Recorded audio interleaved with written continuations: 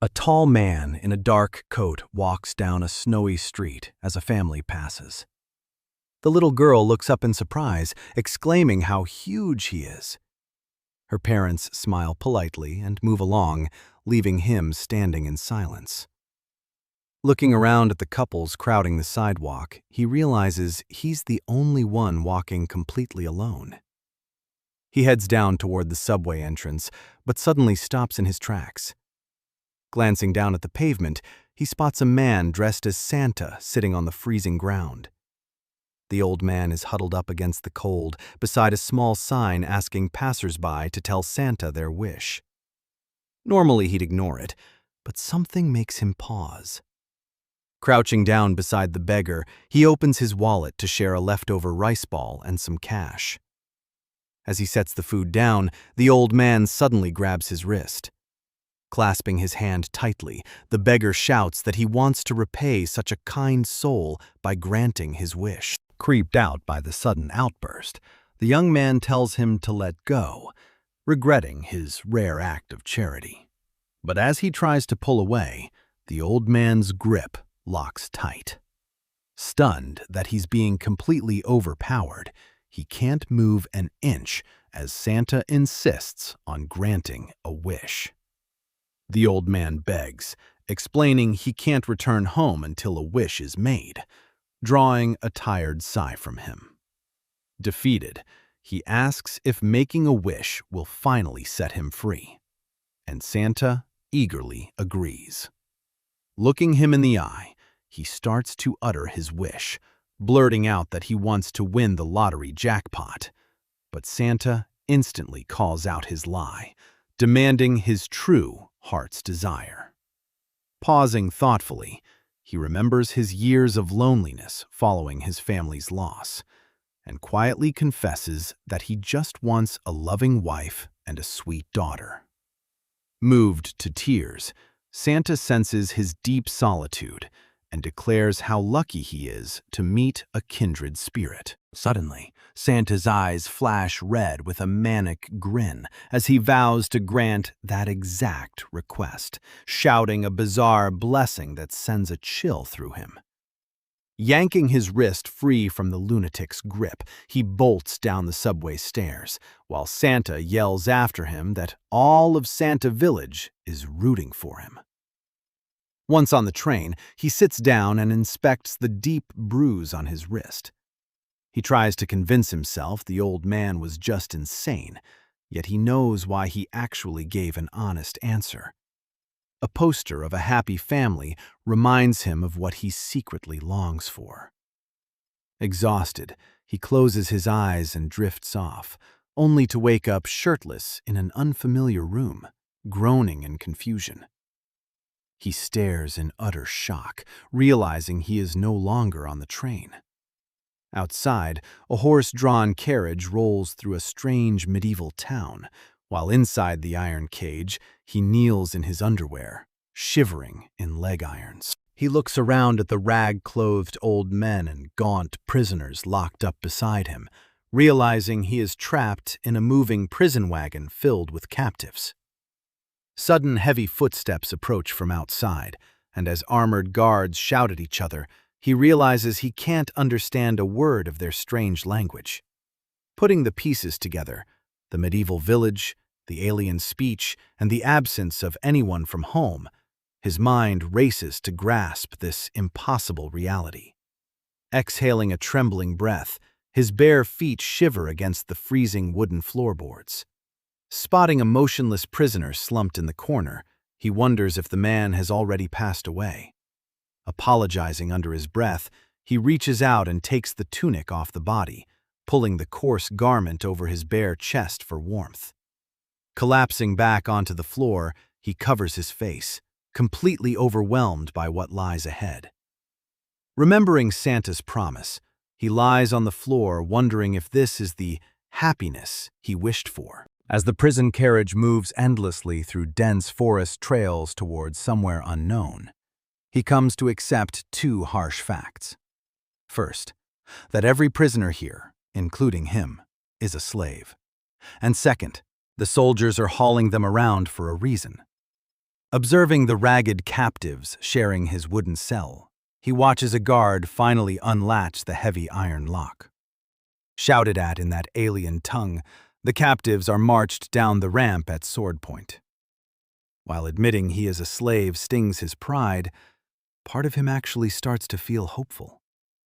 Seeing how weak the others look, he knows he is in good shape and figures someone will buy him right away.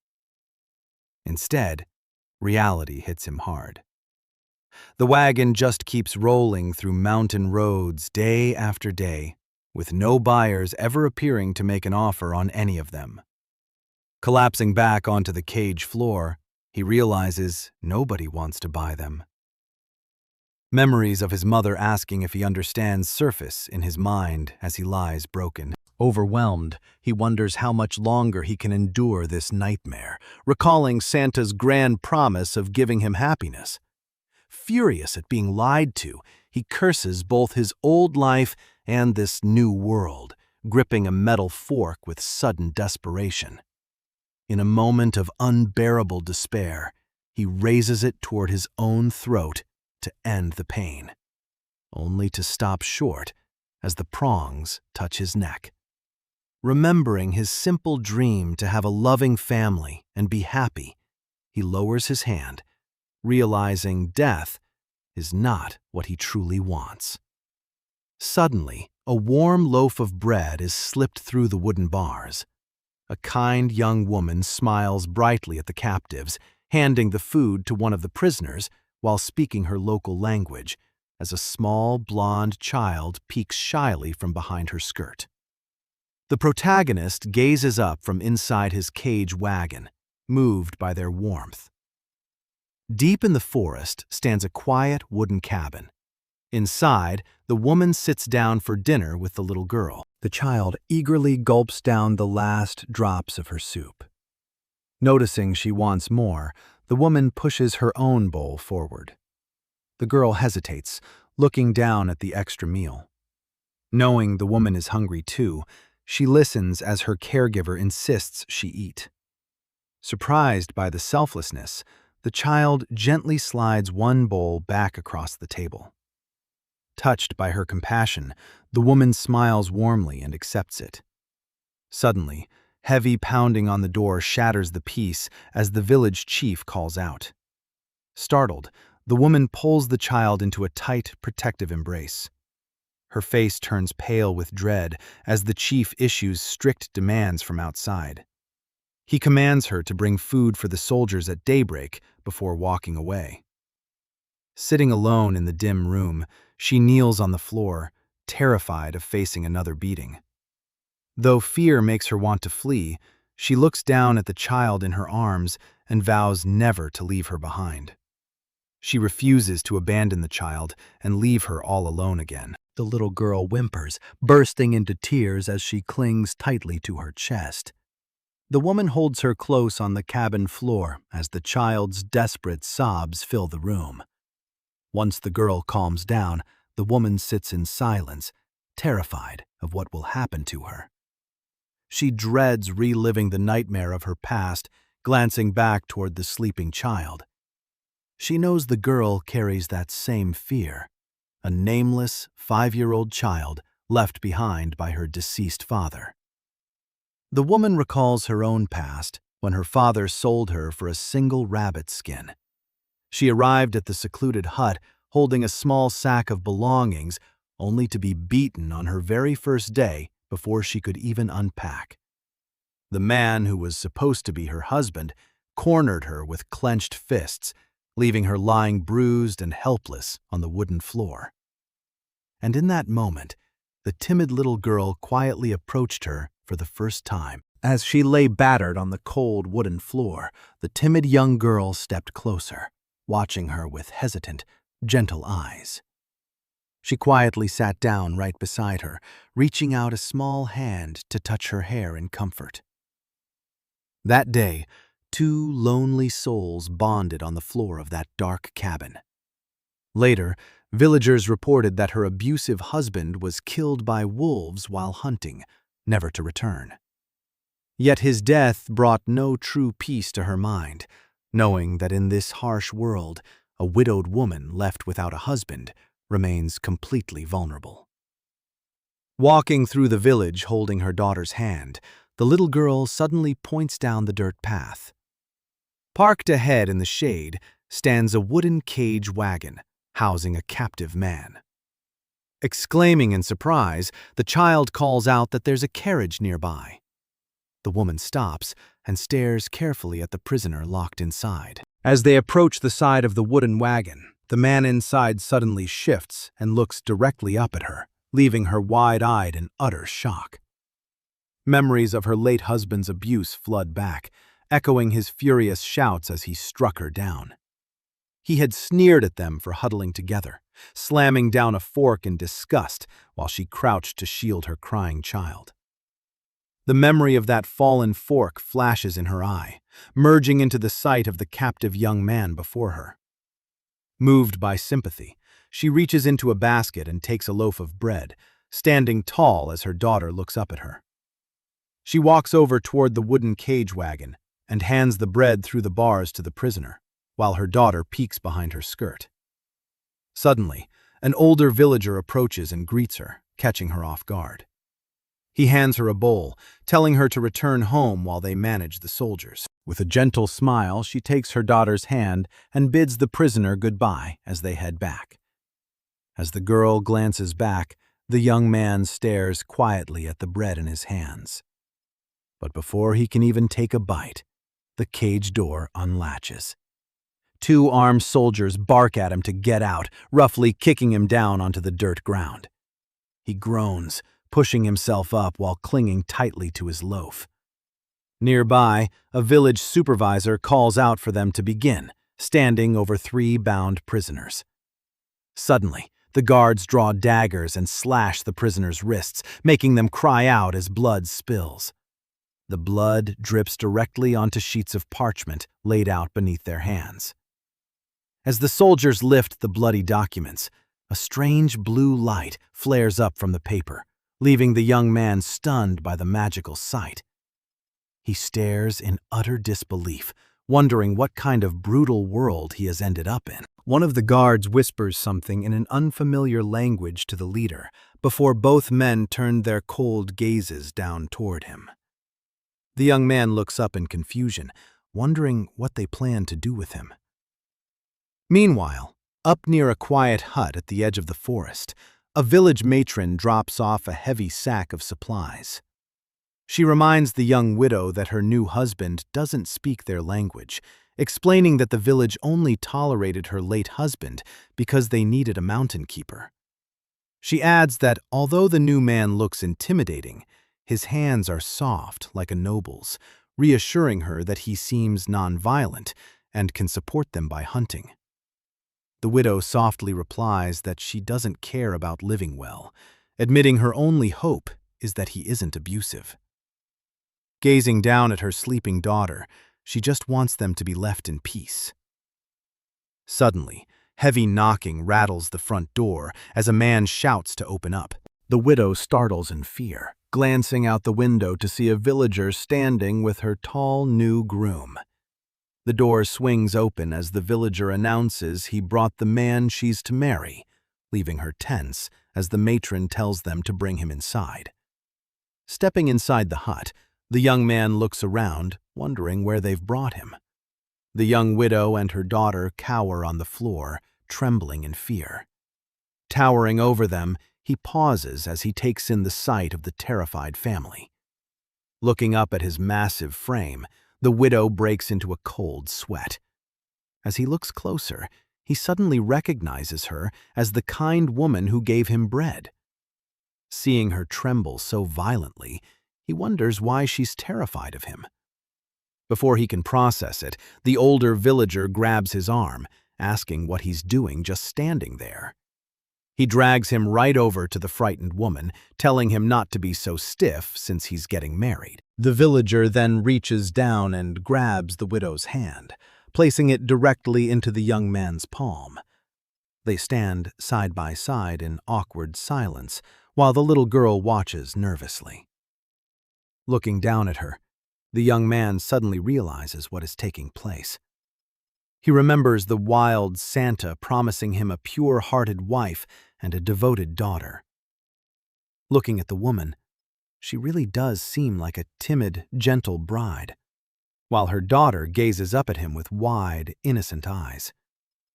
He can't help but wonder if that strange Santa was actually real, taking in her tearful expression as the young girl keeps staring at him. Standing together in the quiet room, he realizes sending him to another world was a pretty extreme way to grant his wish. Still, remembering all the pain and captivity he suffered just to get here, he can't help feeling resentful. He lowers his head, vowing that if he ever runs into that Santa again, he'll kill him on the spot. His dark aura turns so terrifying that the mother and child cower in fear beside him. Later outside, a group of local men approaches him, speaking in a completely foreign tongue. As one elder aggressively shouts at him, he realizes he can't understand a single word. The elder glances over at a villager, who steps up and reaches out his hand, making him assume it's just a friendly greeting. They clasp hands, but the man instantly grips as hard as he can to test his strength.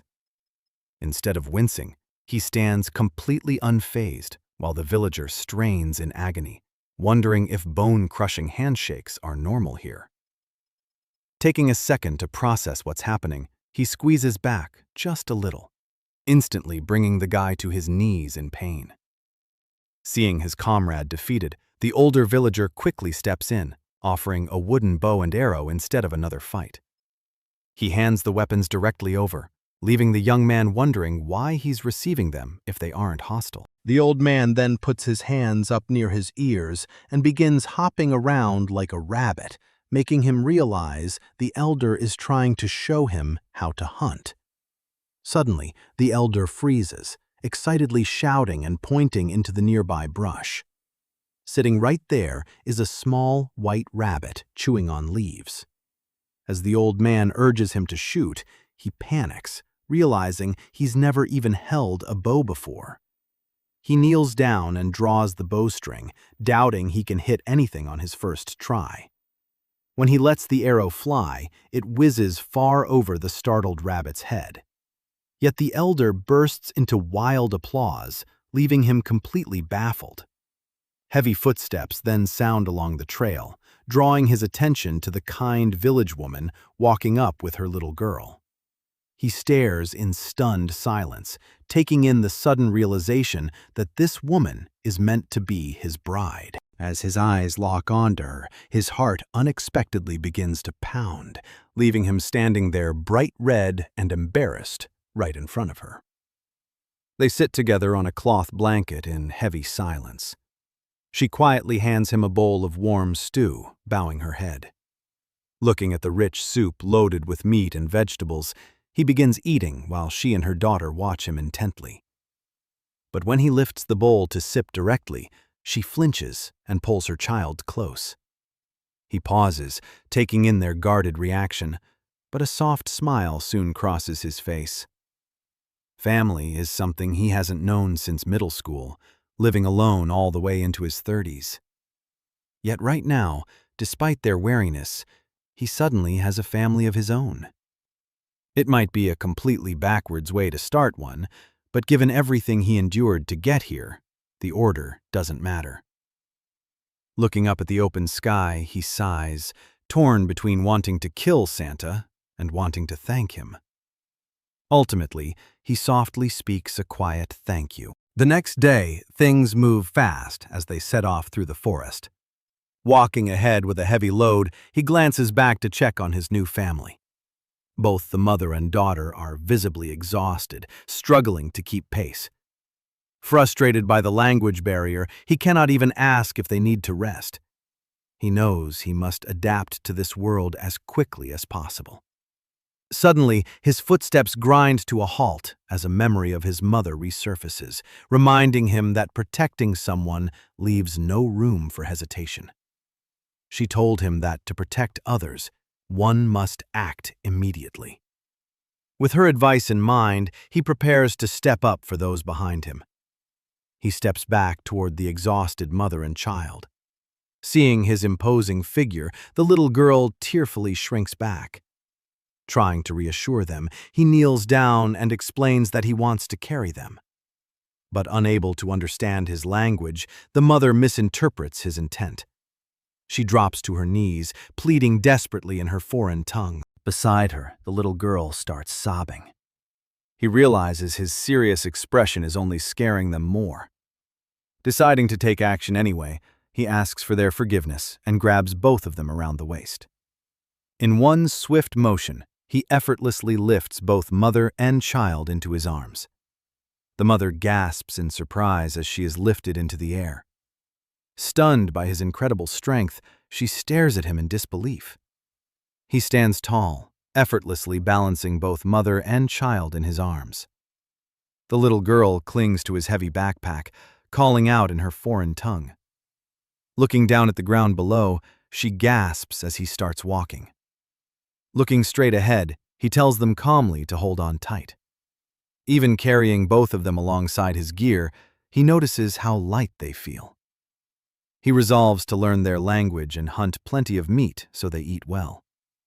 Knowing how much work lies ahead, he keeps moving forward as a tear trickles quietly down the mother's cheek. As a warm tear hits his neck, he pauses for a second, feeling its weight.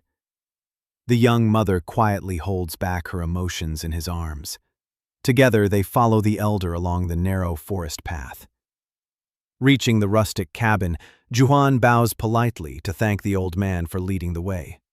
With a final gesture, the village official turns back and walks away into the woods. Looking up at their new home, Juhan worries it might be even colder than his old rooftop room. Remembering his past struggles, he shudders at the thought of freezing inside. Stepping forward, he reaches out to open the front door. Pushing it open with a quiet creak, he glances inside. There, the young woman turns toward him, her soft eyes filled with quiet emotion. Surprised by her tears, Juhan asks why she's crying. Overwhelmed, she turns and runs outside into the woods. Juhan glances around the cabin, discovering the room stripped bare. Standing in the open doorway, he stares inside in total bewilderment. While they were away in the village, someone stole everything inside. Deep in the forest, the woman sits curled up, sobbing over losing their table, tools, and weapons. Without supplies to repair the cold cabin or defend against wild beasts, she feels hopeless. Following her into the sunny woods, Juhan quietly approaches her. He sits down beside her on the grass to listen. Reaching out, he gently places his hand on her head. As tears fall from her eyes, she feels a calm sense of warmth and comfort. As he pats her head, she wonders if he's telling her not to worry. Looking up through tears, she realizes this is the man she's meant to spend her life with. They can't even communicate, and as far as she knows, he doesn't even know how to hunt. She doubts whether they can genuinely survive together in such a harsh environment. Yet Juhan offers her a gentle, reassuring smile. He tells her clearly that he will protect her. As his hand moves down to cup her face, a single tear trickles down her cheek. Bathed in the warm forest light, she wonders why his quiet presence brings her so much relief. As water ripples reflect their quiet moment, she cries softly, despite her lingering anxiety, wondering why his presence brings her such deep relief. Watching her, Juhan reflects on his own life back in his original world. He had been alone ever since his parents passed away, constantly struggling to survive.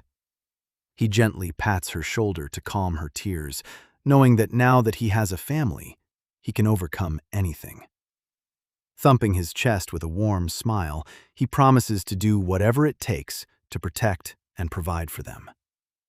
Suddenly, she winces in pain and gasps, collapsing against Juhan as he looks on in surprise. Seeing her mother collapse, the little girl dashes over in panic, begging Juhan not to hurt her. As the child clings to her mother, Juhan holds them both close. He finds himself bewildered by the weeping woman in his arms and the crying girl at her side, having never experienced anything like this. He wonders who they are, why she gave him food, and why she was crying.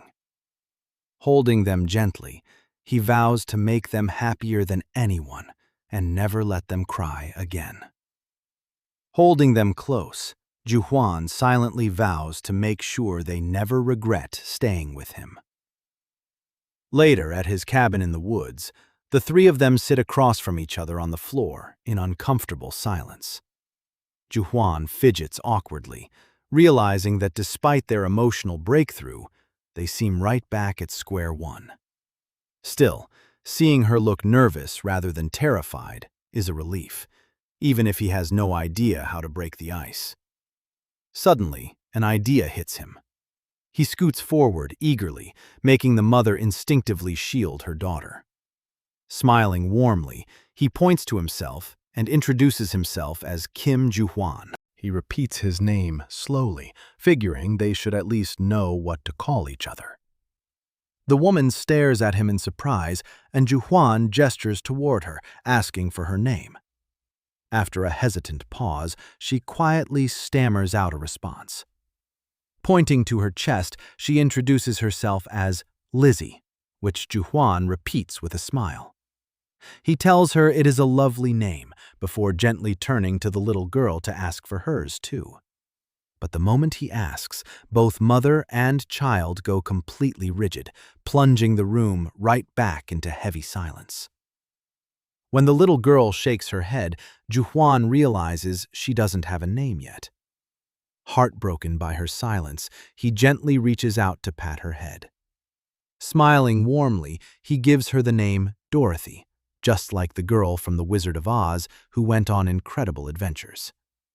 He hopes she will find her own happiness too. The little girl gazes up in wonder, as if catching a blessing, envisioning a bright future where all three of them walk happily together. Juhuan tells her it's a name that will bring good friends and loving people into her life. Hearing his kind words, she beams with a sweet, radiant smile. Later outside, Juhuan happily gets to work chopping firewood for them. Watching him from behind a tree, Lizzie finds Juhuan genuinely strange.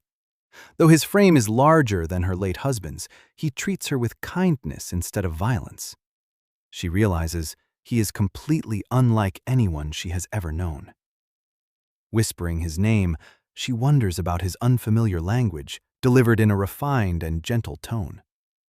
Recalling the painful mistreatment from her past, Juhuan's warm smile offers a comforting contrast. When Juhuan catches her staring, she senses he doesn't belong in this world. He waves at her cheerfully, calling her name. Gazing at his black hair and dark eyes, she remembers rumors that the enemy nation recently summoned a legendary hero. She wonders if the legendary dark-haired hero actually exists. As Juhuan walks over to her through the sunny woods, she admits he somewhat resembles the description. Still, a hero would belong in a palace, not keeping a quiet mountain hut. As Juhuan stops directly in front of her, she notices his hair looks brown up close, not truly black. Breathing a sigh of relief that he is just an unusually large man, she suddenly pauses. Flustered, she questions why she feels so relieved when they only met today. Watching her turn bright red and flustered, Juhuan stands completely confused before smiling warmly and gently patting her head. Flinching at his touch, Lizzie remembers that a man's hand on her head always meant violence. But as Juhuan softly strokes her hair, the unexpected comfort eases her fear. Wishing he would keep touching her, she gazes back up into his eyes. Juhuan flushes deeply, caught in the quiet tenderness between them. Swept up in emotion, he suddenly leans down and kisses her. Lizzie's eyes widen in sheer astonishment, and the moment Juhuan realizes what he just did, he leaps back in panic, leaving her frozen in shock. Blushing furiously, he stammers awkwardly, completely mortified. Overwhelmed by embarrassment, Juan glances down, grabs a wooden water bucket, and bolts into the woods as fast as he can, leaving Lizzie watching in disbelief. Left behind, Lizzie stands flushed and completely speechless.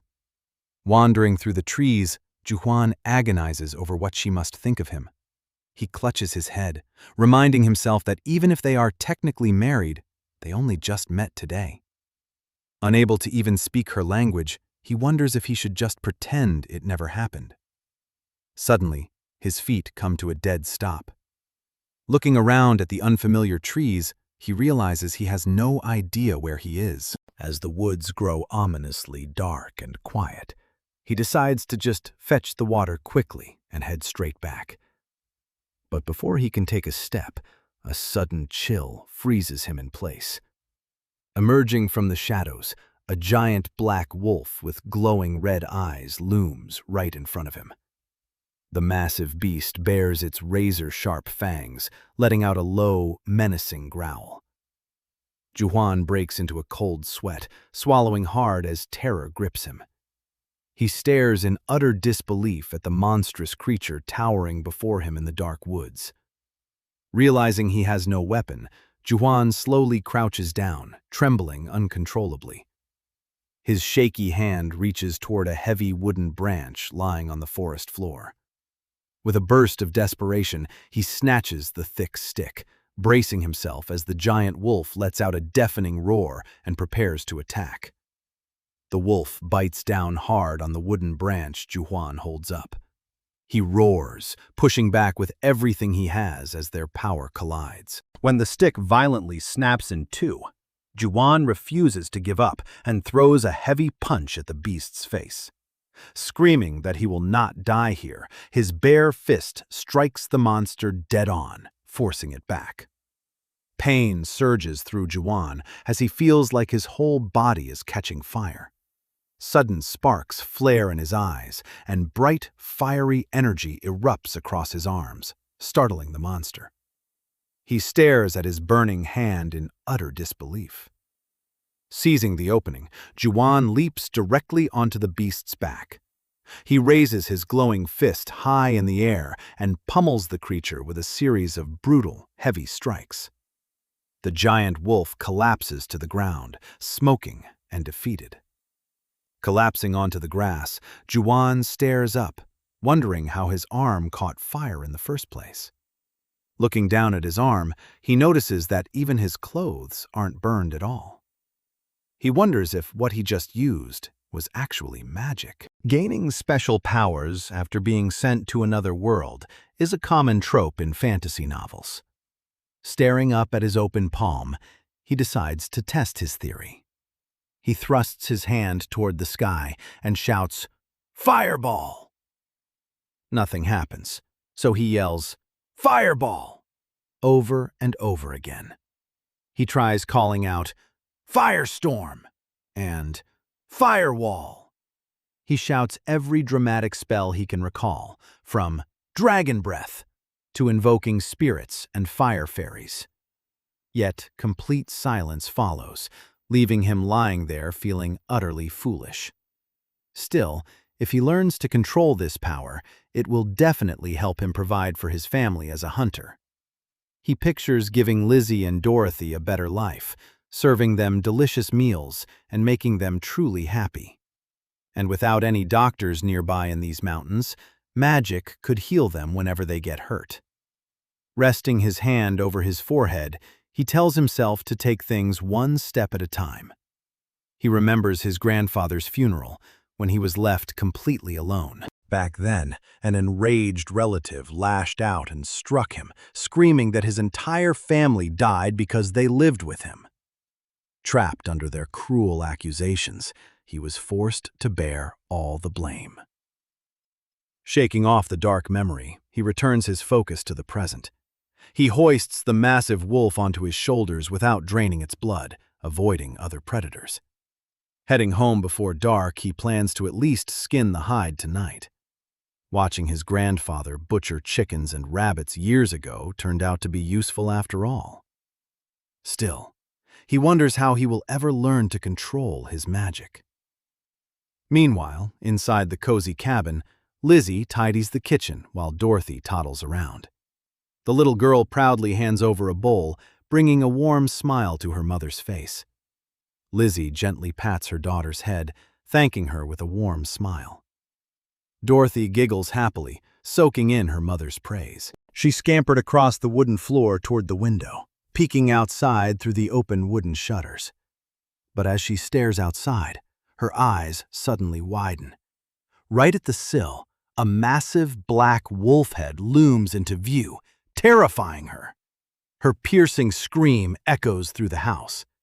Hearing her daughter cry out, Lizzie turns in horror as Dorothy falls backward onto the floor. Without hesitation, she snatches a sharp kitchen knife off the table and sprints toward the door, shouting for Dorothy to get back. Wide-eyed with panic, she prepares to confront the threat. Outside, Juhwan staggers up to the cabin under the wolf's immense weight. As Lizzie bursts through the doorway with her knife raised, Juhwan drops the heavy beast onto the grass. He looks up to see Lizzie charging at him, ready to strike, leaving him completely confused. Realizing the monster is dead, Lizzie freezes, tears filling her eyes. Her knife drops from her hand, clattering onto the grass. She falls to her knees, frantically checking Juhwan for wounds while he stammers that he is fine. Dorothy rushes out as well, weeping as she grabs his leg. Juhwan reassures Lizzie, explaining it was only a minor bite on his arm. Sitting on the grass beside the wolf, he holds them close to comfort them. Suddenly, Lizzie throws her arms around his neck, making Juhwan blush in surprise. She clings to him, repeatedly sobbing about how relieved she is. Dorothy buries her face in his lap, crying that she was terrified for him. Holding them in the doorway's warm light, Juhwan regrets making them weep. A crow caws from the roof peak as the commotion settles. Shortly after, Juhwan hauls the wolf onto a wooden table outside. He carefully slices through the hide, skinning the beast to process the meat. Slagging off the wolf skin, Juhwan sighs, remembering how effortlessly his grandfather used to butcher game. Wiping sweat from his brow, he admits doing it himself is far tougher than expected. Focusing back on the table, he prepares to finish up the remaining cuts. Just then, a silhouette approaches through the open doorway. Glancing over, Juhwan blinks in surprise. He calls out to Lizzie as she walks over carrying a heavy wooden tub. She sets the tub down beside him, gesturing for him to place the meat inside. Realizing she brought it to help store the food, Juhwan smiles. He pauses, trying to recall how to say thank you in her language. Hesitantly, he stammers out a clumsy attempt. Lizzie stifles a laugh at his awkward pronunciation. Juhwan grows flustered, wondering if he said something wrong. Smiling, Lizzie gently repeats the words to teach him the right inflection. Stepping close to him, she looks up into his eyes and warmly thanks him. Juhwan smiles down at her and warmly thanks her. Softly, Lizzie replies that he is welcome, quietly stunned because no one in her family had ever expressed gratitude to her. All she had done was bring a simple wooden tub, yet his gentle respect and the sudden memory of their kiss leaves her completely flushed and flustered. Following him back inside, her heart races with an overwhelming warmth. Inside, Juhwan bends down to lift the heavy wooden tub himself. Surprised by his chivalry, since such chores usually fell on women here, Lizzie steps up to help load the meat, touched by how naturally he looks after her. As they finish packing the meat, Lizzie suddenly finds Juhwan leaning in close. Flustered, her mind races with panic, so she tightly shuts her eyes in anticipation. Juhwan gently bows his head and gives her a sweet kiss on her forehead. Realizing what happened, Lizzie steps back, kicking herself for shutting her eyes. Juhwan quietly lifts the tub, while she frets that she looked like she was expecting a kiss on the lips. But when Juhwan leans down toward her again with a gentle smile, Lizzie resolves to keep her eyes wide open this time. To her surprise, Juhwan presses a soft kiss directly on her lips. He pulls back with a fond smile, then turns to carry the tub away, before stumbled spotting someone at the door. Little Dorothy is peeking inside, having watched the whole tender moment. Completely mortified, Lizzie bolts right out of the shed, leaving Juan bewildered. As they walk through the woods, Lizzie hurries ahead, while Juan follows carrying the tub. Little Dorothy trots alongside Juan and reaches up to grab the edge of the tub to help. Touched by her effort, Juan smiles down and thanks her. But when Dorothy pouts, looking a bit sullen, Juan asks what's wrong. Realizing she wanted her name mentioned, he warmly says, "Thanks for helping, Dorothy." Hearing her name, Dorothy beams with joy and proudly pushes the tub along. Back inside, Lizzie carefully spreads out the wolf hide, gently stroking its thick, dark fur. Watching her, Juan wonders why she's drying such a smelly pelt indoors instead of outside. But as he sits there, observing her tender care, he realizes just how precious that wolf hide is to her. Dorothy then toddles over to join her mother beside the pelt, poking the big wolf's snout with wide, curious eyes. Lizzie giggles at her reaction, and they share a sweet, cozy laugh. Seeing her so content brings a soft smile to Juan's face. Outside the cozy cabin, Lizzie gets busy preparing the raw meat, and Juan watches intently so he can learn to cure it himself. He feels relieved that saving the fat made her so genuinely happy. Still, he knows he must quickly master local trade and how wealth works here. Determined not to linger, Juan stands up to return to work. Lizzie gasps and hurries over, urging him to sit back down and rest. He chuckles and assures her that he's fully recovered and no longer in pain. Placing a gentle hand on her shoulder, he promises to be careful. She watches him quietly as he turns and heads out the door. Stepping into the woods with an axe, he spots a good tree for practice. Though he doesn't know much about woodcutting, he trusts his immense strength to get the job done. Juan winds up his swing with all his power, gripping the wooden axe handle tightly. But his monstrous strength immediately snaps the tool, sending the blade flying into the dirt. He stands in shock, embarrassed by his own ridiculous force. Later at the cabin, Juan returns carrying a heavy basket filled with split logs. Lizzie and Dorothy gasp in surprise when he walks in. Concerned for his health, Lizzie rushes over, only for Juan to sink down onto the wooden floor. She takes his hands in hers, anxiously checking for any injury. He smiles gently and thanks her for her tender concern. Watching them, little Dorothy scampers away, dips her hands into a tub of cool water, and turns around to help take care of him.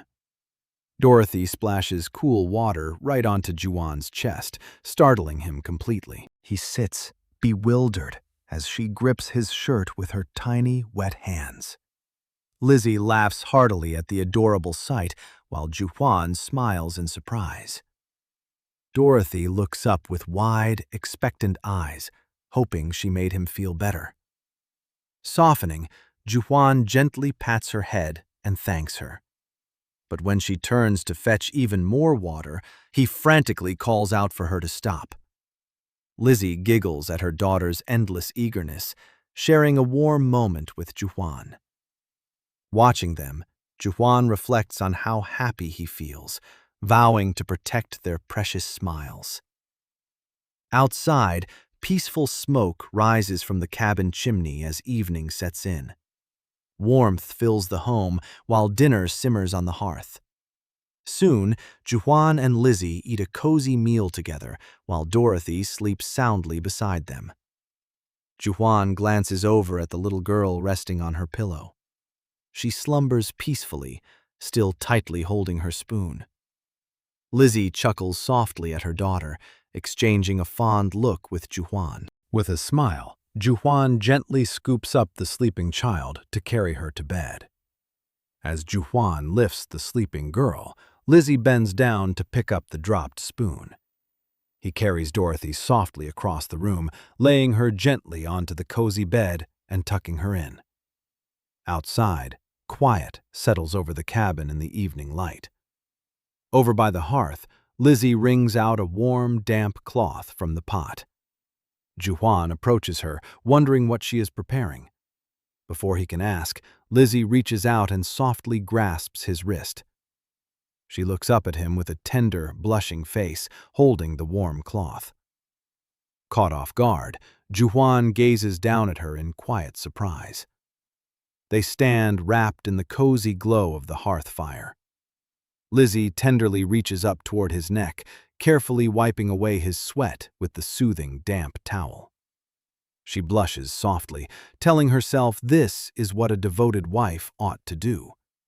But in her nervousness, she accidentally slips her hand inside his shirt onto his bare back. Juwan stands stunned as his shirt pulls open, while Lizzie gasps at what she just did.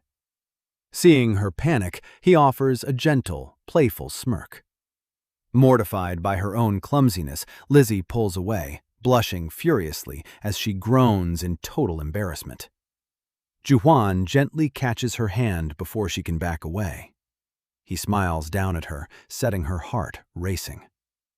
Leaning close, he whispers softly into her ear.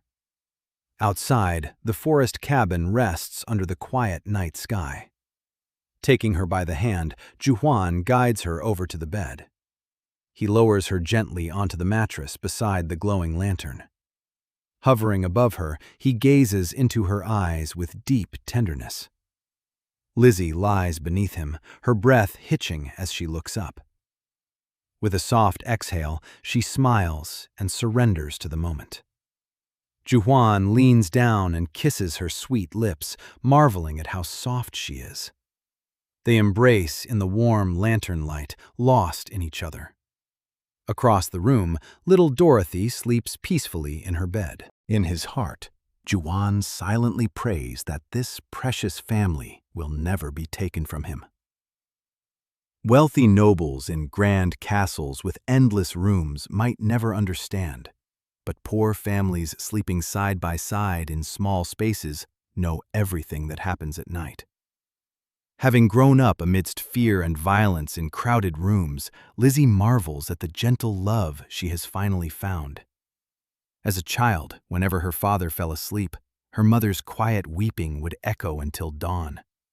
She used to wonder if nights would ever be peaceful, fearing her mother's tears were a glimpse of her own future. Lizzie's eyes slowly flutter open. The soft crackle of logs burning in the hearth brings her back to the present. She blinks in surprise, wondering how she ended up in bed when she remembered falling asleep on the floor. She notices Juwan sleeping right beside her, resting her head comfortably on his bare arm.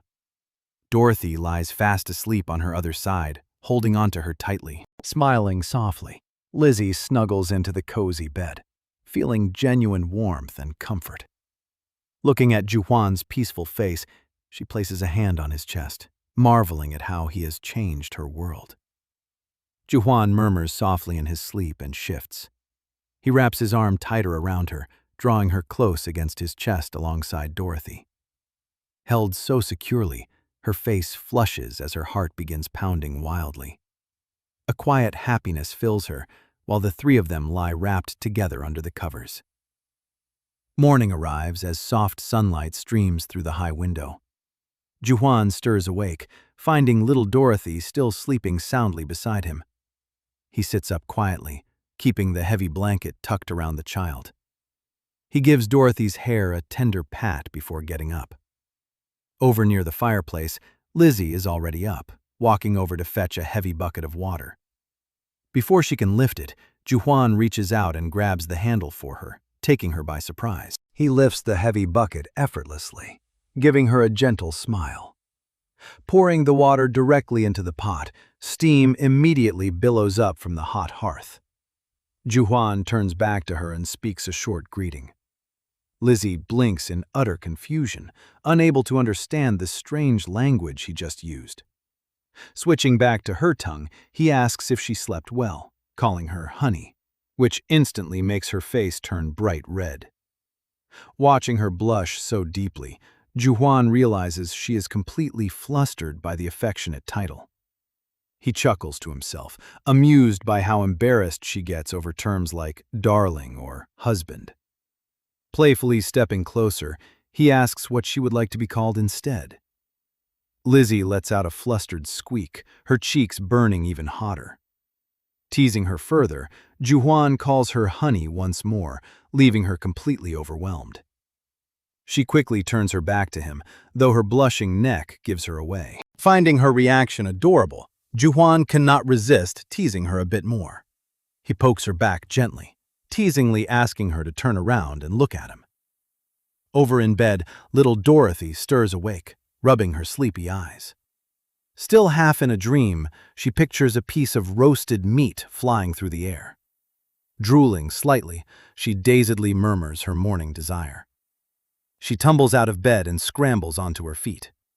Dorothy dashes straight toward them for breakfast, and Juhuan turns to greet her warmly. Dorothy zooms right past Juhuan and Lizzie, startling them both. Her eyes sparkle with excitement as she locks onto the food tub. She dives headfirst into the wooden barrel, making Juhuan and Lizzie burst out laughing. Popping her head up, she loudly demands meat. She keeps kicking her legs inside the bucket, chanting for her breakfast. Juhuan laughs softly, charmed by her playful appetite. Later, Juhuan marches into the forest armed with his wood axe, feeling ready for any wolf. Holding his reliable weapon, he feels far more confident than before. He strides deeper through the quiet woods. Suddenly, he stops, sensing an abrupt shift in the air. The surrounding forest darkens as a strange, oppressive aura fills the woods. Tightening his grip on the axe, he finds the heavy pressure making it hard to breathe. Juhuan wonders what terrifying beast is coming out this time. Heavy footsteps echo through the quiet woods, but Juhuan blinks in confusion as the shape takes form. Out from the trees steps a cloaked stranger. The weathered old man locks his eyes on Juhuan with an intimidating stare. Sweat rolls down Juhuan's cheek as the oppressive atmosphere settles in. Moments earlier, the man had examined bloodstains left behind on the forest rocks, realizing a massive creature had been brought down. He had watched Juhuan for days, knowing the clumsy guy didn't even know how to swing an axe properly. He couldn't believe an amateur hunter could kill such a powerful beast, shaking his head in complete disbelief. He decides he needs to see the truth with his own eyes, telling himself he has to check to be sure. Stepping forward through the shadowy woods toward Juhuan, the old hunter approaches with an intense, probing gaze. His eyes lock onto the heavy scars marking Juhuan's forearm. He recognizes the deep marks of wolf teeth, but wonders why the injury looks so clean. A bite that deep should have shredded the muscles and left him unable to move. Looking up at Juhuan, the old man suddenly wonders if he is standing before a rare mage. In a world where mages wield incredible power, that would explain how he survived. They are high-ranking figures commoners almost never see, and if Juhuan really is one of them, then a long-awaited opportunity has finally come. A chance for revenge he thought he would take to his grave. Sensing the strange tension, Juhuan silently wonders what kind of man stands before him, as the old tracker recalls a time when he was young and full of vigor. Back then, managing a noble's forest meant mandatory military service, where proving yourself on the battlefield could make you a lord's trusted advisor. He took up his gear and climbed into the rugged mountains, soon becoming the village woodcutter in a region rich in resources. Since gathering firewood nearby was free for every commoner, he had to push deeper into the mountains, taking it as a chance to map the terrain. From high above the peaks, the vast wilderness stretched on, shrouded in thick, eerie mist. But before he could secure his official ranger contract, disaster struck when he was caught completely off guard. A monstrous goblin ambushed him, growling viciously, leaving him helpless and cowering on the ground. He uncovered a horrific truth. Goblins kidnapped local women to raise their offspring, devastating the village's already scarce female population. As the creature dragged him away, he screamed in helpless terror, forced to live in nightmare captivity among them for decades. Having survived decades of captivity, the old tracker sees a chance to finally strike back. Looking at Juhuan standing across from him, he takes note of the young man's solid frame and the rapid healing visible on his scarred arm. He realizes Juhuan could easily grow stronger than any monster hunter he has ever seen. The goblins remain hidden deep in mountain caves, but once they run low on captives, they will raid the village. To prepare for that coming danger, the old man decides to forge Juhuan into a master hunter. He steps forward with a warm smile, and Juhuan bows politely to accept his offer. Even while bowing, Juhuan keeps his stance grounded, never dropping his guard. The tracker reaches out, offering to teach him every skill he knows. Surprised by the sudden offer, Juhuan realizes his formal training is about to begin. Morning comes quickly, and Juhuan gets ready inside while Lizzie cooks breakfast with Dorothy. Looking out toward the bright morning light, he sees the old tracker walking toward the door and decides to meet him outside, keeping strangers away from where Lizzie and Dorothy stay. As he steps out to face him, he catches the old man's overly friendly grin. It reminds him of a corporate manager pitching a sketchy deal. Still, eager to learn how to hunt, Juhuan slings his travel sack over his shoulder. Just as he turns to leave, Lizzie calls out to stop him. He looks back to see her flustered and clumsily finishing up a lunchbox, and can't help thinking how adorable she is. Dorothy watches her mom struggle with the hot container, then suddenly takes off running across the room. She throws her arms wide open right in front of the door to block his exit, startling him. Lizzie rushes over right behind her, holding out the freshly packed meal. She carefully slips the warm bundle straight into his sack, telling him he has to eat properly. Juhuan smiles warmly at her thoughtful gesture, and when she offers a customary farewell in her language, he repeats the phrase back to confirm its meaning as she nods brightly. Reassured, he promises her he will be back soon before heading out. Lizzie calls out to Dorothy as the little girl scrambles over, cheering brightly to wish him a safe trip. Juhuan waves back with a big smile, promising her he will return soon.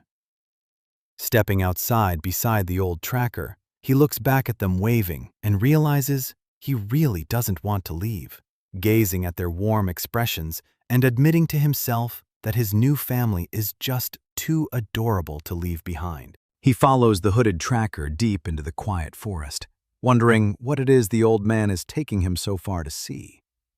Suddenly, the old tracker halts in his tracks, muttering something incomprehensible that leaves Juhuan confused. Looking down, Juhuan wonders if he's supposed to be watching his feet. As the old man keeps walking forward, Juhuan inspects the fresh marks left in the dirt and catches on. He realizes the old tracker's footprints are completely abnormal, barely sinking into the soft earth at all.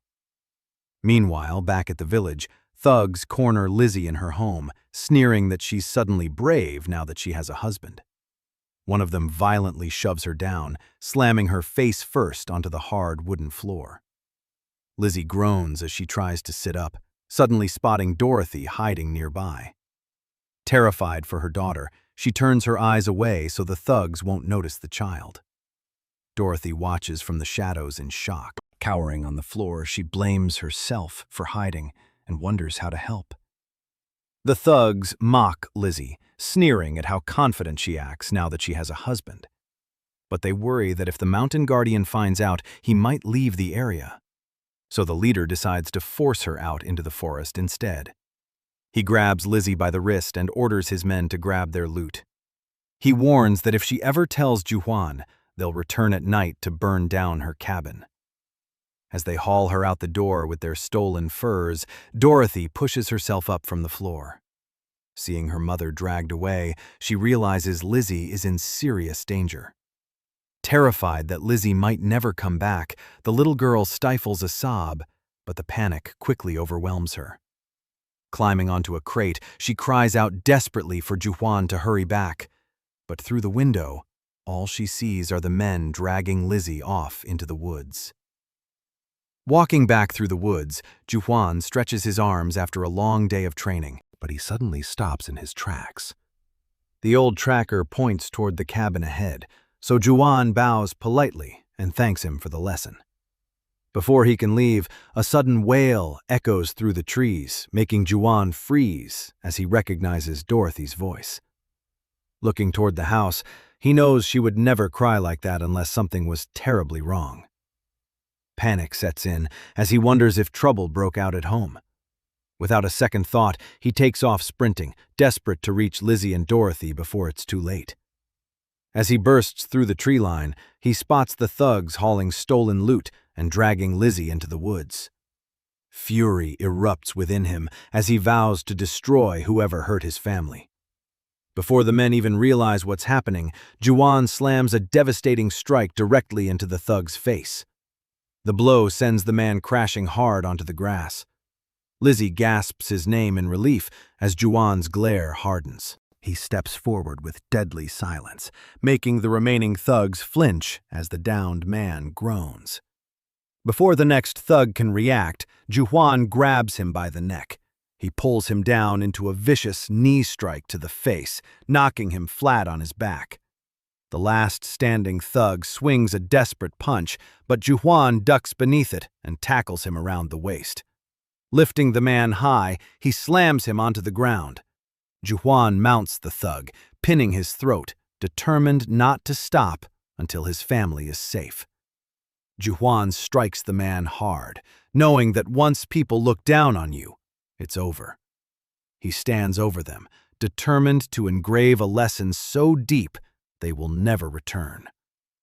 Behind him, one of the thugs silently grabs a sharp sickle from the grass. Hearing a sudden warning, Juhwan glances back just as the man swings the blade toward his head. Before it hits, Juhwan catches the thug's wrist mid-strike.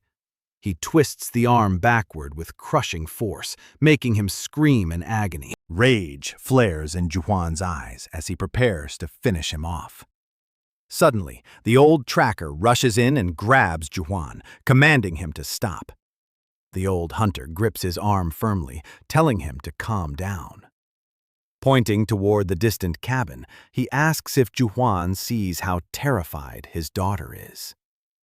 Lizzie watches in breathless anxiety as Juhwan pauses, while little Dorothy cries bitterly at the window. Juhwan turns back, his fierce aura fading into awkward silence. A gentle quiet returns over the cabin clearing. Lizzie watches him, remembering how gentle he usually seems, yet realizing how terrifying his anger can be. Looking at the fallen thugs, a brief flash of fear had crossed her mind. But looking into his eyes, that doubt instantly melted away. She saw no malice in him, only a desperate desire to protect her. Yet Juhwan stands quietly, looking as if he believes she is now afraid of him. He calls her name softly, hesitant to come any closer. Lizzie feels her own chest tighten as her hands tremble with leftover shock. She realizes her shaking body is what makes him think she fears him. Seeing his hurt expression breaks her heart. Though she cannot explain it in words due to their language barrier, she reaches her hand out toward him anyway. Calling out his name, she takes a firm step forward and gently holds his hands, reassuring him with a warm smile that her trust never wavered. Touching his warm, bruised hands, Lizzie feels an immediate wave of certainty. As long as she is by his side, she knows she will finally be safe. She lifts his heavy hand and presses it against her cheek, smiling through her tears as she whispers her thanks. Juhwan stands frozen in disbelief. Seeing her look up at him with total trust, he pulls her into a tight embrace, gently patting her back while wondering why she feels so indebted to him. To him, she is the one who gave his life meaning, and he is the one who should be grateful. Suddenly, a faint cry cuts through the quiet moment. Inside the cabin, little Dorothy is trembling and crying from fear. Lizzie startles and points back toward the door before sprinting across the yard with Juan right behind her. Reaching the doorway, she calls out to check if her daughter is all right. But looking at Dorothy shuddering on the bench, Lizzie gasps in concern. Dorothy stands trembling in the corner with tears welling in her eyes. Though she had asked for help, seeing Juan fight with such terrifying force deeply shook her. Memories of her stepmother's and mother's bruised faces flashed through her mind, making her fear she would be beaten too if she made a sound. Terrified Lizzie would ignore her and treat her like a ghost, she reaches out the moment Lizzie approaches, sobbing an apology for hiding. She tearfully blames herself for everything that happened, but Lizzie immediately pulls her into a tight embrace. Lizzie explains she only pretended not to see her earlier to keep those men away from her. Assuring Dorothy she has nothing to feel guilty about, the little girl asks if that's really true. Lizzie tells her everything is fine because Papa is here, but Dorothy replies that her dad died. She points out that Juan is Lizzie's husband, and Lizzie warmly confirms that this makes Juan her new Papa. Dorothy looks at her mother in total disbelief as the realization hits her. She gazes out at Juan standing in the woods, whispering the word, Papa. Spinning back to ask for confirmation, Lizzie warmly confirms that he really is her father. Stroking her head, Lizzie explains that a real father protects them rather than hurting them. Realizing Juan fought off those scary men just to keep them safe, Dorothy leaps up and rushes straight over to the window ledge. Cupping her hands, she calls out to him with all her heart. Looking at the tall, powerful man standing outside, she grips the wooden ledge tightly, then pushes open the cabin door and runs into the grass. She remembers how safely he holds them close at night, her eyes shining with newfound comfort. Recalling how gently he smiles, shares his food, and gave her a name, she beams with pure joy, ecstatic that he is her Papa. Juan turns around in surprise, seeing tiny Dorothy running straight toward him. Opening his arms wide, he catches her in a warm embrace as she leaps up, shouting, Papa! As she clings tightly around his neck, he pauses, holding her close with a gentle smile. But suddenly, he catches a strange scent and realizes her dress is damp. She peed herself from all the excitement.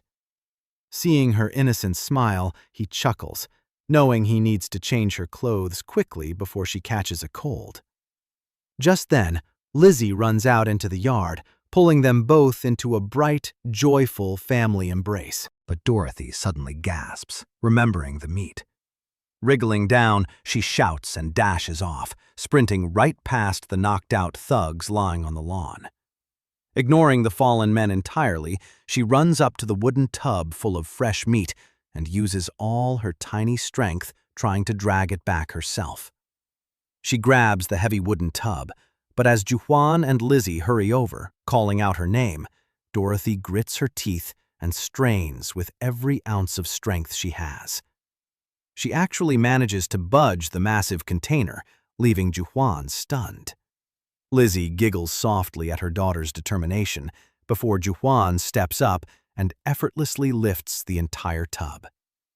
Dorothy throws her arms in the air with an excited, "Wow!" gazing at him with pure wonder as Juan chuckles to himself about how easy it is to be a hero. Clapping her hands, Lizzie tells them to bring the food inside, pointing toward the cabin door to get Dorothy out of the chilly air. Dorothy happily bounds inside, shouting, "Meat!"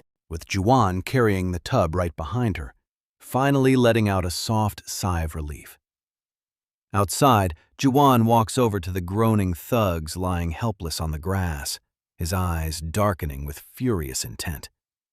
But before he can take another step, the old tracker suddenly cuts him off, warning Juhuan not to go any further or kill anyone.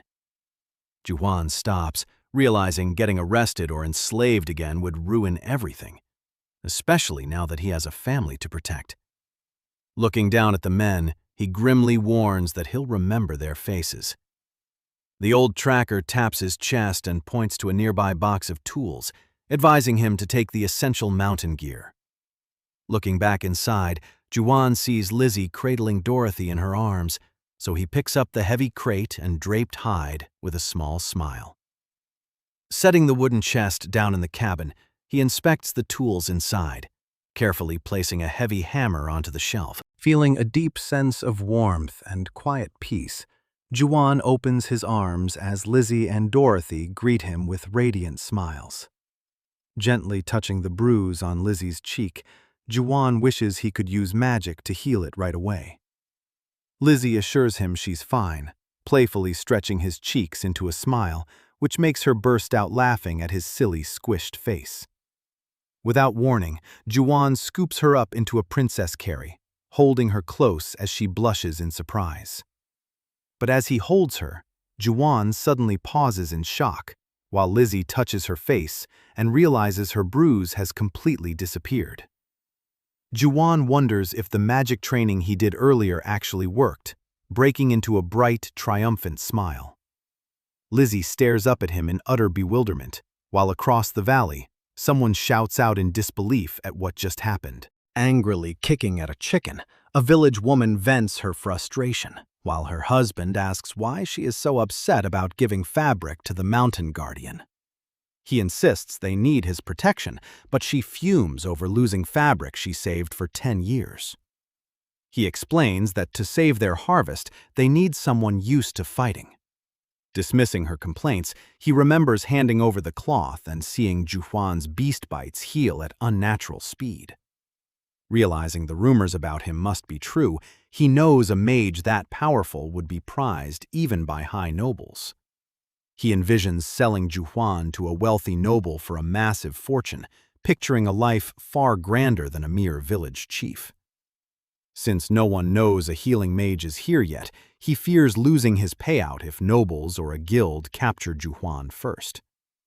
While Gus keeps an eye on the mountain guardian, he tells his wife to cozy up to Juhuan's wife, noting how quickly Juhuan learns to hunt. He warns that Juhuan might notice them skimming the Lord's goods and report them, adding that being friendly could also score them cheap rabbit pelts.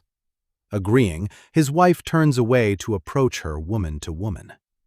The village chief insists they should return some stolen items from the cabin, recognizing Juhuan is on a completely different level than past newcomers and could pose a real threat. He tosses wood into the fire, accepting that making a small sacrifice is unavoidable. Smirking through the flames, he reasons that giving up a little flesh is worth securing the prize. A few days later, cheerful humming echoes from the mountain cabin.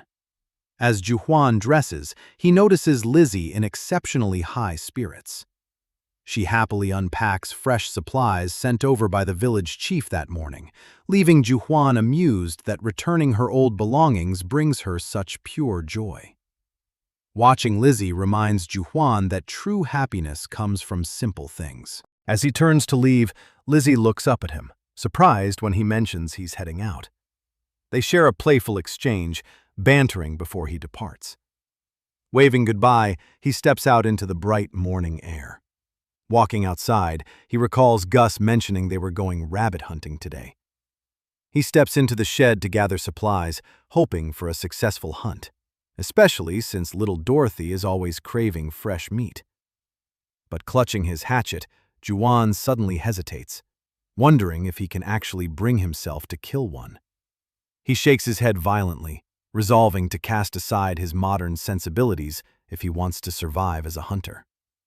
Whenever he pictures a cute, fluffy white rabbit, Lizzie immediately comes to mind.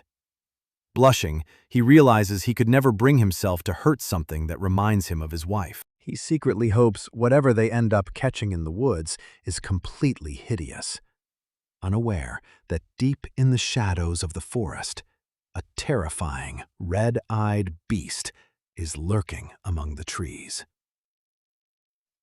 Back at the shed, Juhuan wipes his brow after finishing his morning chores. With the water drawn and a full pile of firewood chopped, he still has time to spare, so he stretches out his arms, deciding to spend the extra time practicing his magic. He reflects on how healing injuries has become second nature, yet he still can't ignite a single spark. He wonders why magic worked so effortlessly when he fought that monster before. Maybe it only activates during an actual emergency. Taking a deep breath, he concentrates on circulating energy from his core, thrusts his palm out, and shouts, "Firestorm!" But when nothing happens, he admits he wasn't expecting much anyway. He had hoped to impress little Dorothy with a grand demonstration of fire magic, feeling disappointed that he couldn't show off even a small spark. But just as he gives up, tiny sparks suddenly flicker across his fingertips, igniting into a tiny flame no bigger than a lighter. Just then, sleepy little Dorothy steps outside, rubbing her eyes, trying to blink away her morning drowsiness. But as soon as her eyes catch the glowing ember, her expression completely changes, and she points at the flame in pure excitement. When Dorothy reaches toward the flame, Juhuan warns her to stay back, but she's eager to tell her mom. She stares at the glowing spark in complete wonder, bringing Lizzie running outside to see what is happening. Lizzie gasps in shock at the sight of fire magic, and seeing them both so captivated, Juhuan tries to make the flame bigger. Then, Lizzie suddenly gasps as a thought strikes her. Before he can expand it, Lizzie gasps and rushes back inside, surprising Juhuan. Dorothy runs after her mother, leaving him standing alone in the yard. He sighs, disappointed that no one stayed to watch after all his hard work. Looking down at his finger, he realizes he doesn't know how to put the fire out. He decides to just let it burn until it goes out, only for the flame to suddenly vanish into thin air. Confused by how strange magic is, Juhuan mutters that he still can't understand how it works. He walks back inside the house, only to find Dorothy staring intently into a wooden tub. When she turns around with a solemn look, Lizzie chuckles, teasing that Dorothy is just upset over getting a smaller portion of meat. Juhuan quietly observes the heartwarming scene. Suddenly, a voice calls out from the doorway, asking if he is ready to go. He turns around to see Gus standing outside with his walking staff. Grabbing his hunting strap, Juhuan tells them he is heading out. Dorothy runs over to wish him a safe trip. Juhuan pats her head, praising her with a smile. Lizzie reminds him to be careful, and he gently tells her the same. She leans in to give him a sweet goodbye kiss as Dorothy watches. Not wanting to be left out, Dorothy pouts her lips for one too. Laughing, Juhuan kneels down to give the little girl her kiss as well. As he plants a sweet kiss on her cheek, Juhuan catches a whiff of her breath and asks if she snuck meat again, which she happily admits. Leaving the cottage, he heads up into the misty mountains toward Gus's snares. Along the way, the old tracker points out trees good for firewood and stops to examine fresh rabbit droppings. Suddenly, Gus calls for a halt. He points into the brush, directing Juhuan's attention to something up ahead. Juhuan blinks in surprise, staring at a massive, kangaroo-like rabbit caught in one of the snares. He marvels at how weird fantasy creatures are, especially when the beast suddenly snarls and flashes sharp teeth. Observing its energy, Gus notes it was caught recently and tells Juhuan it's the perfect target for his first hunt. Gus smirks, warning him that taking down a live monster won't be easy. It's far more dangerous than hunting a defenseless animal. As the beast glares viciously, Gus remembers how unforgettable a hunter's first kill is. He tells Juhuan to draw the special arrow he gave him. Reaching back, Juhuan prepares his bow as Gus marvels at how quickly he's learned the language. With everything set, Gus steps aside, leaving this first kill entirely to Juhuan. Gus vows to show Juwan just how cruel hunting really is, promising a lesson he will never forget. Ordering him to step closer, he instructs Juwan to shoot the beast's foot first, leaving him baffled. Gus wants him to practice on a stationary target before aiming at one thrashing in pain. Gus warns that the mountain favors no one, and cruelty always backfires. He urges Juwan to remember this if he wants to survive. Drawing his bow, Juwan hesitates, knowing a shot to the foot will only cause useless pain. Juwan genuinely struggles to understand why Gus insists on this unnecessary cruelty. Gus barks orders, commanding him to target the foot before aiming for the head. As the monstrous rabbit sneers and giggles with predatory malice, a sudden memory strikes Juwan. He recalls his own emaciated body trapped inside a cage, surrounded by rotting corpses left to decay in the dark. While the creature growls viciously in its trap, Juwan steadies his aim with focused resolve. He releases the drawn bowstring, sending his arrow flying straight toward the beast. The arrow strikes the monster rabbit, drawing blood as it shrieks in pain. Juwan sighs in relief, amazed his shot landed. But Gus immediately orders him to shoot it again. Instructed to target its front paws, Juwan draws his bow, trusting the old tracker's method. Taking aim at the trapped beast, he tries not to feel pity for it. Blocking out its cries, Juwan pulls the bowstring taut with steady resolve. Driven to protect and provide for his new family, he looses a second arrow. The shot speeds through the air, reflecting sharply in the beast's terrified eye.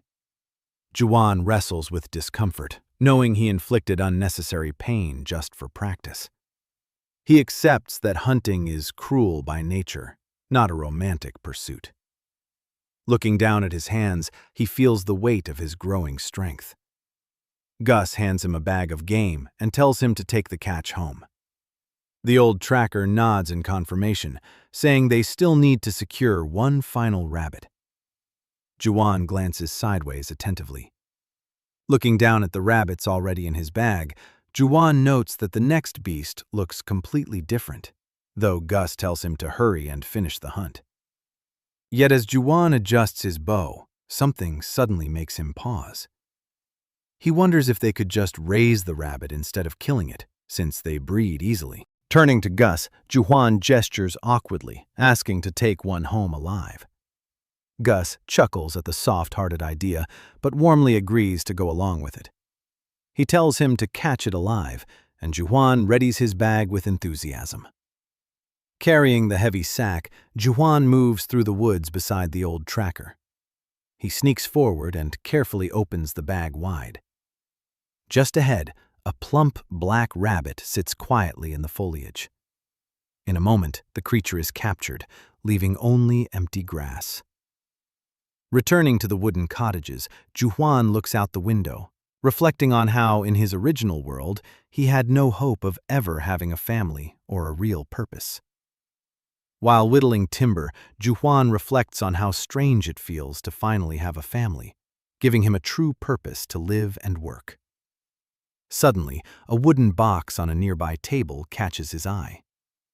Inside are wooden tags carved with the written language of this world. Realizing what they are, Juwan snatches one of the tags and rushes over to Gus, awkwardly asking the old tracker to teach him. Gus looks at him in surprise, asking if he genuinely wants to learn.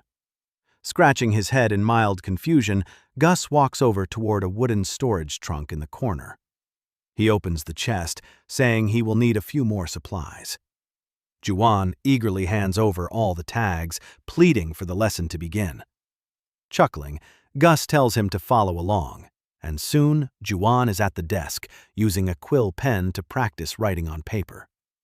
Gus watches over his shoulder in disbelief, wondering what a simple manual worker needs reading for. Yet the carved tags sit on the table, marking Juwan's first step into literacy. Gus recalls how long it took him to learn to read, but quickly dismisses those old memories as ancient history.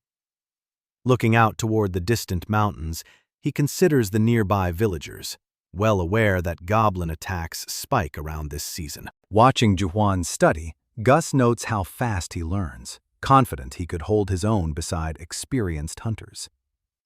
Feeling a sharp ache in his bad leg, Gus senses that a goblin encounter is near, his expression turning grim.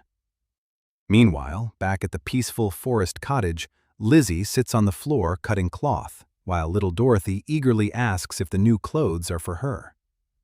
Lizzie laughs, teasing her for asking 100 times already.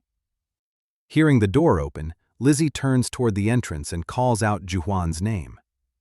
Juhwan walks inside carrying his hunting gear, greeted by Dorothy running straight toward him. He scoops her up as she excitedly chatters about her new clothes, but as he sets down a heavy cloth sack, he feels a sudden movement. The tied bag violently twitches across the floor, making Dorothy wonder if it might be magic. Still holding her with one arm, Juhwan kneels to untie the stubborn knot, prompting Lizzie to step in and lend a hand. But the moment the sack opens, a pair of long ears unexpectedly pops out, leaving Dorothy pointing in utter surprise. Dorothy excitedly shouts that it's a rabbit, while Lizzie tells her to wait so she can pull it out safely. As the opening is stretched wider, the animal bursts out of the sack, knocking Lizzie backward onto the floor. Dorothy stares in awe, pointing out that the rabbit looks a little strange.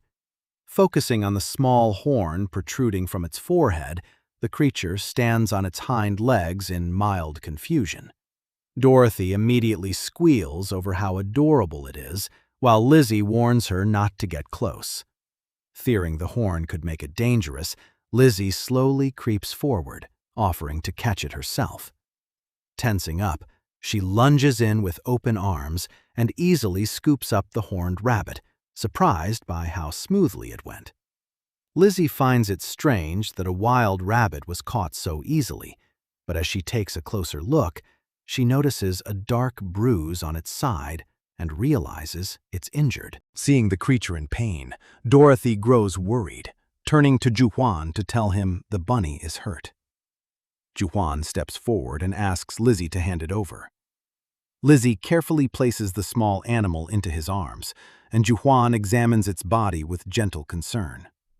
Channeling his magic, a soft golden glow flows from his hands into the rabbit, soothing its pain and completely healing the wound.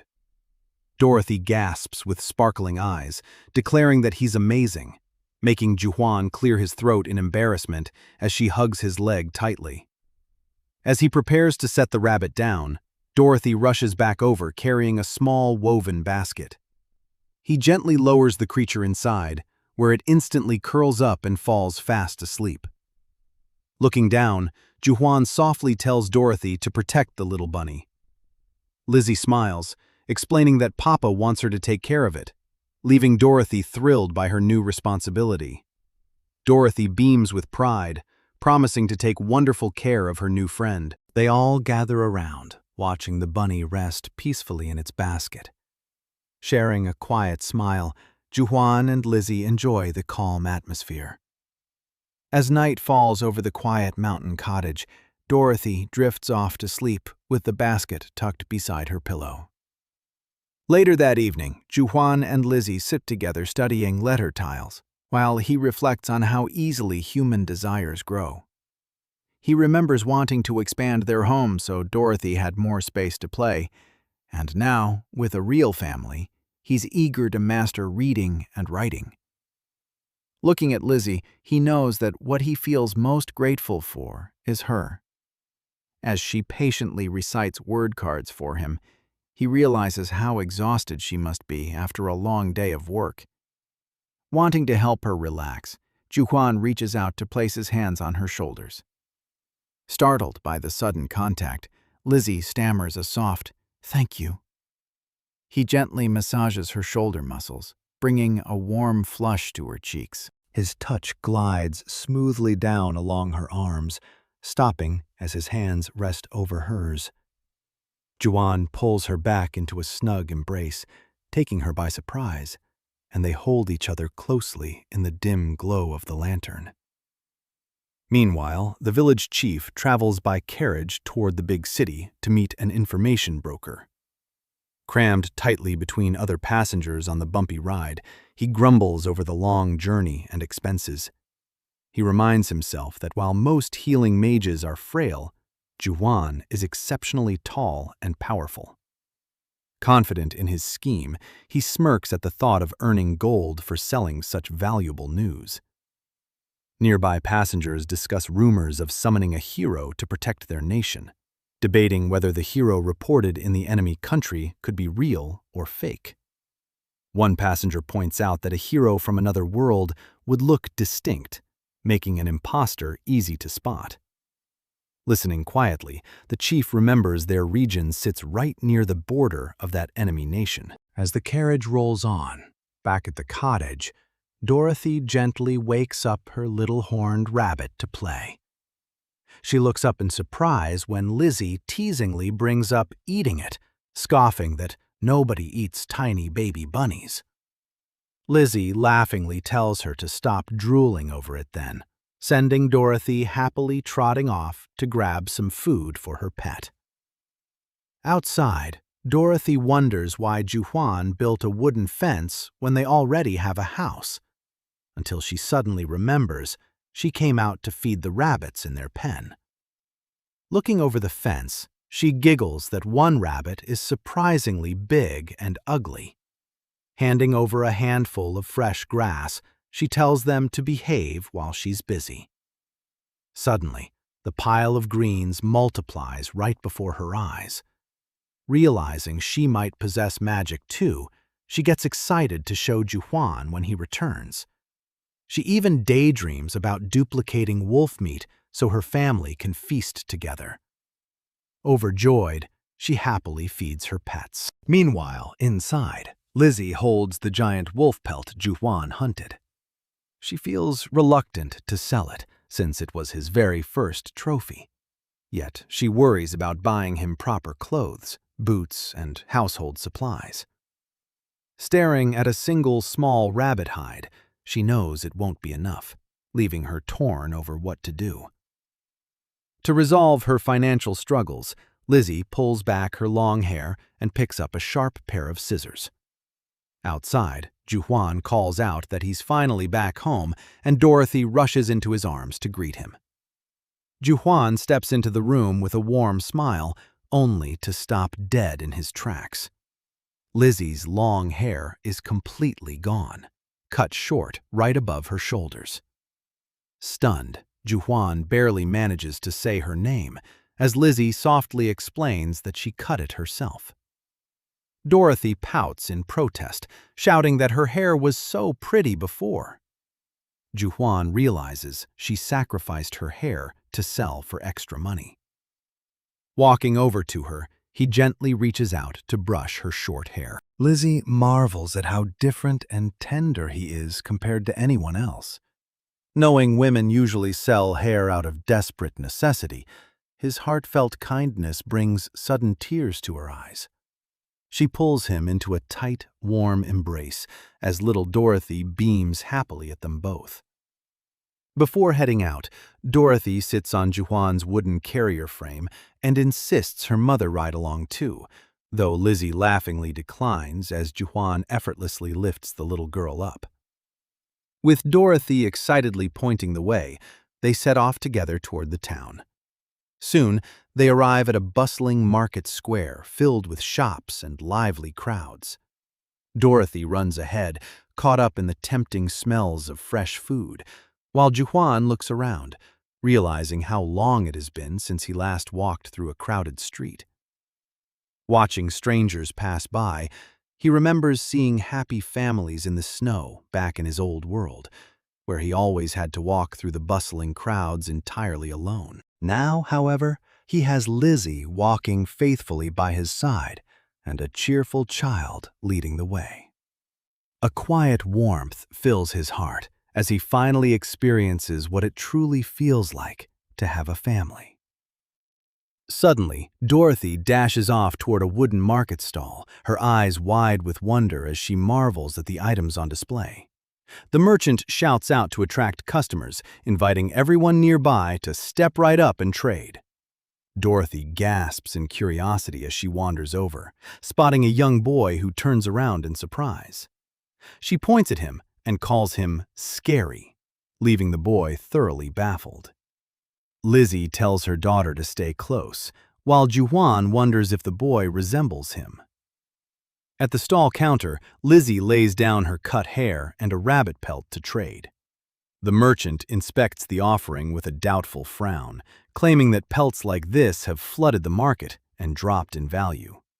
In reality, he sees the fur is glossy and thick, but resolves to hide the truth. He offers only cheap goods in return, leaving Lizzie crestfallen. Just as he plans to cheat her, he notices Juwan towering menacingly behind Lizzie like a terrifying giant. An intimidating pressure fills the stall as the merchant breaks into a cold sweat. When the merchant reaches for the fur, Juwan instantly grabs his arm, crushing his wrist and pulling Lizzie safely back. Juwan snatches the pelt back and suggests going to another town, seeing right through the man's lies. Though Lizzie worries that another town is too far, Juwan reassures her they can travel fast. He points out that the pelt is high quality and that the merchant lied to her. The merchant stammers in panic, while Lizzie realizes she was about to be cheated. Scared of Juwan's immense strength, the merchant quickly backs down, offering salt, a pot, and men's clothes to make a fair deal. The merchant glares in utter confusion, wondering why Juwan is being so unyielding. Lizzie grabs Juwan's arm and suggests going somewhere that will treat them fairly. When they turn around to walk away, the merchant panics over losing such a high-grade trade. He desperately shouts for them to wait, realizing too late that he ruined his own scam. Crushed, he slumps onto his counter while Juwan and Lizzie happily head off with their goods. Nearby, Dorothy proudly brags to the local children that Juwan is her dad, until her mother calls her. She comes running happily after them, beaming with pride. Tucked inside Juwan's large coat, Dorothy feels incredibly safe and warm, marveling at how cozy she feels wrapped up against him. Juwan carries her snug against his chest as the family walks together. Suddenly popping her head out, Dorothy remembers her pet. She asks her dad to put her down so she can feed the rabbit, making Lizzie chuckle.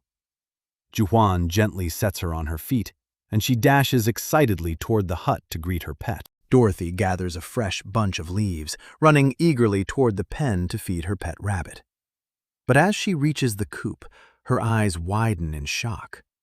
The wooden pen is completely empty. Devastated, she drops the grass and bursts into tears. Lizzie rushes over in alarm, asking what happened as Dorothy tearfully points at the coop. The little girl wails for her missing pet, bringing Juwan outside to see what all the commotion is about. He tries to reassure her, surprised that a lost rabbit caused such distress, only to notice that Lizzie is crying as well because he worked so hard to catch it. He blinks in utter disbelief at how deeply this affected both of them. Unable to hold it in, Juwan bursts out laughing at the dramatic scene. Offended, Dorothy pummels his leg with her tiny fists, shouting that she hates him, which only makes Juwan laugh harder while Lizzie quietly wipes her tears. Meanwhile, deep in the dark woods nearby, Gus crouches behind a mossy boulder, keeping a watchful eye on the surrounding forest, where a hostile goblin with glowing red eyes prowls through the shadows. The beast snarls in the darkness, but Gus stays hidden, knowing a head-on attack would be suicidal. He knows their overcrowded camp is running low on food, which will soon force the monsters to turn on each other. Yet, if a single goblin strays toward the village, the entire horde could snap. Goblins are lethal because they hunt in packs and multiply like rabbits, inflicting unimaginable horrors on anyone they capture. Knowing their breeding instincts will surge come spring, they must be eliminated before then. To stand a chance, he needs Juwan's colossal power. Manipulating a young man who trusts him so genuinely hurts his conscience, but seeing no alternative, the old tracker quietly limps into the forest.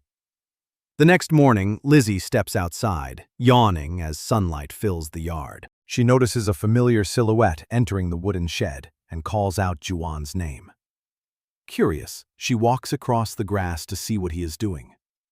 Inside, Lizzie gasps in surprise when she spots another wild rabbit hanging from the beam. She asks if he caught it today, making Juwan smile sheepishly as he remembers the struggle.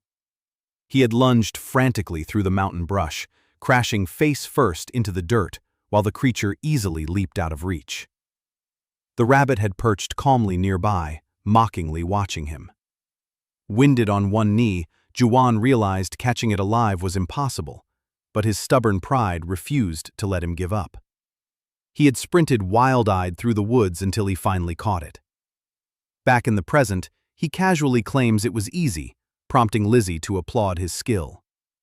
She cheerfully asks whether they should roast or salt-cure the meat. When they both offer conflicting ideas at the same time, Juwan flusters before quickly agreeing to salt-roast it instead. Lizzie happily takes the game, promising to turn it into a feast. Later, Juwan roasts the meat over an open flame with fresh bamboo leaves, watching carefully as the fire begins to flicker low. Juwan stares at the tiny flame on his finger, sighing over how weak his fire magic feels. Turning the spit over the campfire, he focuses on cooking the rabbit golden brown before Lizzie and Dorothy grow hungry. But as he tries channeling magic again, a massive surge of fire suddenly erupts across the spit. Panicking, Juwan frantically waves his arm to smother the blaze before dinner is ruined. Once the flame dies down, he realizes the magic did not come from inside his body. Recalling his fight with the wolf, he remembers the spell manifested directly on the beast itself. That explains why his own hands never get burned. Testing his theory, he visualizes the fire wrapping gently around the meat. He closes his eyes and focuses his mind on controlling the heat. Flames sweep smoothly over the entire rabbit without burning it, searing the meat into a perfect golden roast. Juwan grins in amazement at his magic rotisserie success.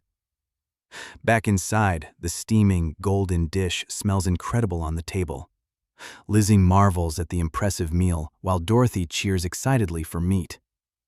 Juwan tears off thick pieces of juicy roasted meat and hands them across the table to Lizzie and Dorothy. Both of them take eager bites, instantly loving the flavor as Dorothy squeals in delight. Watching them eat brings a satisfied smile to Juwan's face, happy to share a peaceful meal with his new family. Later, Juwan tests his fire magic outdoors, igniting a boulder from half a meter away.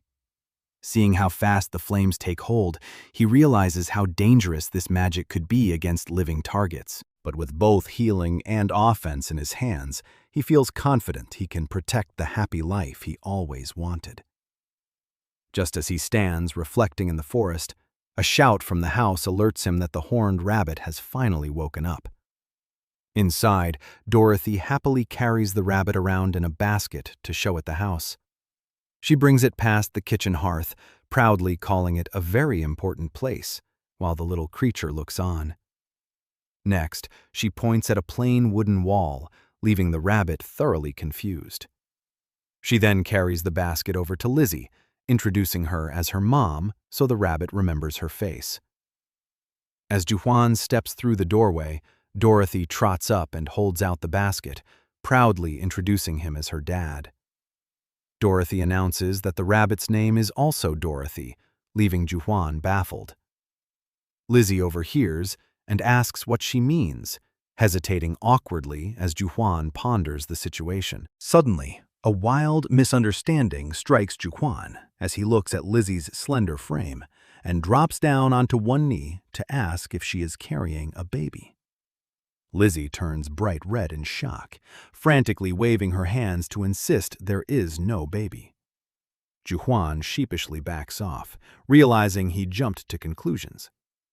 Dorothy tilts her head, asking why her papa is kneeling, and Juhuan smiles warmly, determined to give her all the love she deserves. She giggles, telling him he looks just like the grumpy rabbit in her basket. Looking closer at the creature, Juhuan notices its horn has already grown, sensing there is something unusual about this beast. Later, he works on constructing a bamboo fence outdoors, remembering how both Lizzie and Dorothy stood in front of the rabbit to protect it. He wishes Gus were around to identify it, noting it has been 5 days since his last visit, and worries about the old man pushing himself on the mountain with a bad leg. Juhuan considers using magic to heal Gus's bad leg, wanting to repay the old tracker for everything he has done. With no relatives in this world, he imagines Gus as a grandfather to Dorothy and a father figure to Lizzie. Knowing mages are rare and flashy spells draw unwanted attention, Juhuan sets up several wooden posts and a water bucket outdoors, practicing subtle magic he can use unnoticed. He visualizes his mana core as a glowing volcano of molten lava and extends his hand to channel heat into the wood. When nothing happens right away, Juhuan hesitates, staring at the standing posts and wondering if his mental image was too weak. He exhales in disappointment, assuming he failed. Suddenly, the wooden posts ignite from within, bursting into intense red flames. Startled by the sudden blaze, Juhuan snatches up his water bucket and douses the fire before it spreads. As the blackened wood smokes on the grass, he realizes the spell worked all along. It was burning internally before breaking through. Thrilled with the result, Juhuan grins at how quickly and cleanly he mastered the technique. Little Dorothy comes running over, eagerly calling Juhuan to come eat rabbit meat. She leaps up into his arms, and Juhuan catches her gently, reminding her not to jump so high. Agreeing to join them, he carries her back toward the house. But as they walk, Juhuan suddenly stops in his tracks. Looking up at the sky above the forest, he notices a flock of dark birds circling overhead in alarm. Realizing he has never seen birds act like that here, a sudden wave of unease washes over him. Unaware of his dread, Dorothy tugs on his shirt, begging to go inside for lunch. Juhuan shakes off his concern for the moment and smiles, heading inside with her. Soon after, Gus calls out from the gate, asking Juhuan to step outside. Surprised by the visit, Juhuan steps out, wondering why the old tracker has arrived so early. Gus notes the new fence around the property, and Juhuan explains it is to keep out wild beasts and strangers. When Juhuan asks what brings him by, Gus reveals he is going to teach him how to craft a bow. He suggests starting with a toy bow first before making a real weapon. Urging Juhuan to move quickly since time is limited, Gus leads him toward the side yard. Walking past piles of fresh timber near the shed, Gus picks up a hand axe beside a chopping stump and instructs Juhuan to watch closely. Gus sets a wooden log onto the stump and pulls out a small wedge to show Juhuan. Placing it against the wood, he taps it lightly with a mallet, advising Juhuan to drive wedges gradually rather than forcing a heavy blow. As the log splits cleanly apart, Juhuan realizes how efficient the method is. They move into the workshop to finish the lesson. Gus tells him to watch closely, but Juhuan can tell something feels wrong. As the old tracker rushes through making an arrow, Juhuan wonders why he is in such a hurry. Uneasy, Juhuan asks if something dangerous is happening up on the mountain.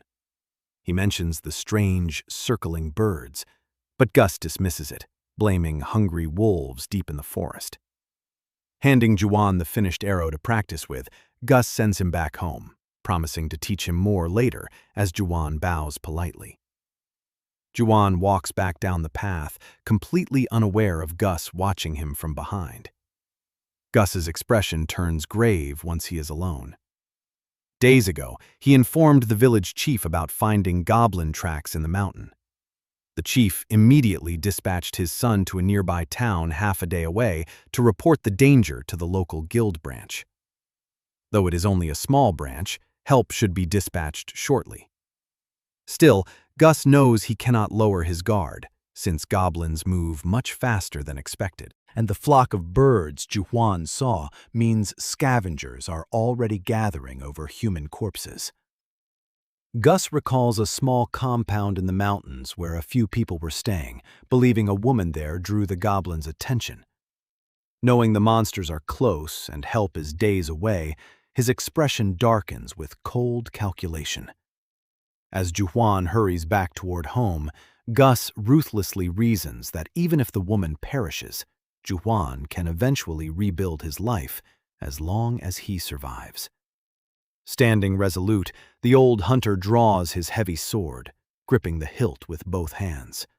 The polished steel reflects Juan alongside Lizzie and little Dorothy. Meanwhile, Lizzie flinches at her doorway from an ominous chill, just as Juan reaches the outer bamboo gate. Lizzie walks across the yard carrying a steaming bowl of stew and calls out his name. Juan turns to her, asking why she stepped outside into the cold air. She holds out the warm dish, insisting he eat. Touched, Juan thanks her and gently urges her to go back inside. He gazes at her with a soft smile. Sitting by a crackling campfire outside the house, Juan eats and praises her cooking. Lizzie beams, happy that he likes the meal. Juan looks down at her in warm silence, then steps behind her bench and gently wraps his arms around her. Leaning close, he tells her just how grateful he is for her. They embrace in the quiet night by the fire. He recalls another moment by the stream where Lizzie insisted on helping him scrub laundry. Wringing wet cloth by hand, he privately misses modern washing machines. Reflecting on the effort it takes to wash and rinse everything by sunrise, he appreciates how much heavy work Lizzie managed alone before he arrived. Suddenly, little Dorothy comes running up to her parents. Holding out a horned rabbit in a basket, she demands he heal her pet, reminding Juan of the promise he almost forgot. Looking inside her basket, Juan notices a stuffed bunny alongside the live, horned rabbit. He smiles, agreeing with Dorothy that it's adorable. Reaching down, he begins examining the little creature. As he channels his magic, warm light enfolds it. Suddenly, a bright spark flares from the rabbit's horn, vanishing just as quickly and catching him off guard. He remembers Gus warning him about wild creatures, explaining that horned rabbits grow into formidable magic beasts, though they remain harmless when raised from a young age. Juan wonders if different species of horned rabbits exist, asking the tiny creature directly if it poses any danger. Determined to protect Lizzie and Dorothy from any hidden threat, he tries questioning it, only to get innocent squeaks in return. Relieved, he sets it back down as Dorothy begs for names. Juan looks over the two little rabbit companions, stroking his chin in thought as Dorothy waits excitedly. He decides to name the real rabbit Oz and gives the matching plush toy the name Toto. Dorothy proudly holds up her basket, celebrating Oz, Toto, and herself as a team. She runs over to Lizzie near the river, gleefully shouting the names. Lizzie chuckles fondly, delighted to see her daughter so happy. Meanwhile, in the village, anxious rumors spread about an impending goblin attack. Villagers gather in worry, mentioning that the chief's son went for help and recalling tales of goblin cruelty. Terrified, some wonder if they should abandon the village right away. Nearby, a man complains about being forced to clean an unused carriage.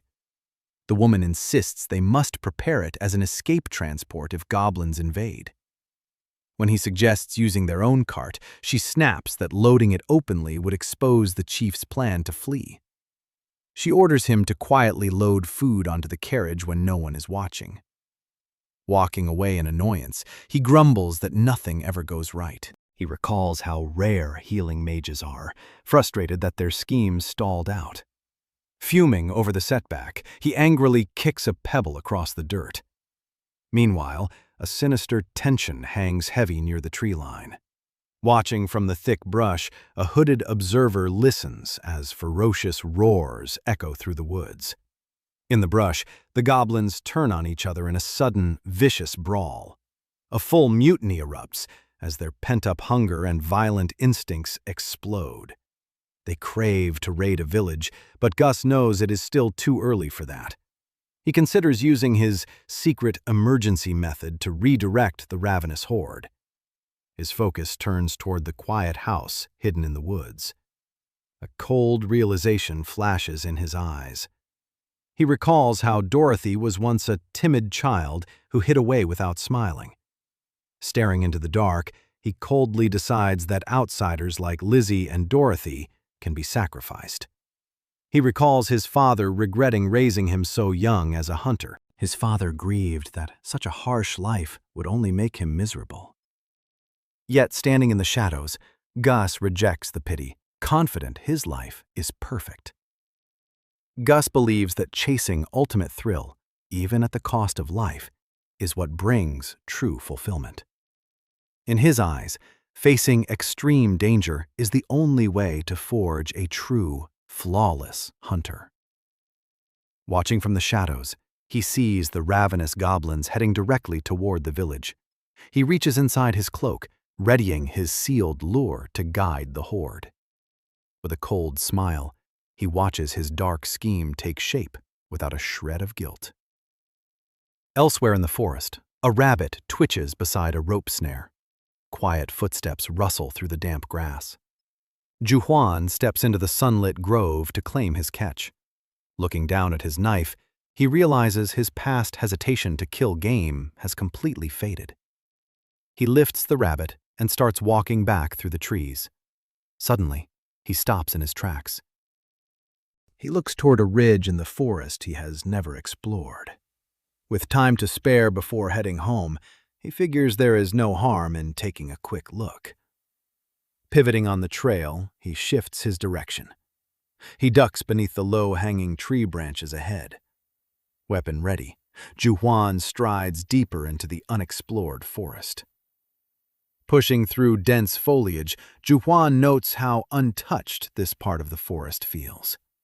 It seems completely deserted, until a startled roe deer suddenly leaps out from the brush. The animal bolts down the wooded path, and Juhuan realizes how much meat a catch like that could provide. Determined not to lose it, he quickly gives chase, sprinting full speed through the trees and drawing an arrow as he locks his vision on the target.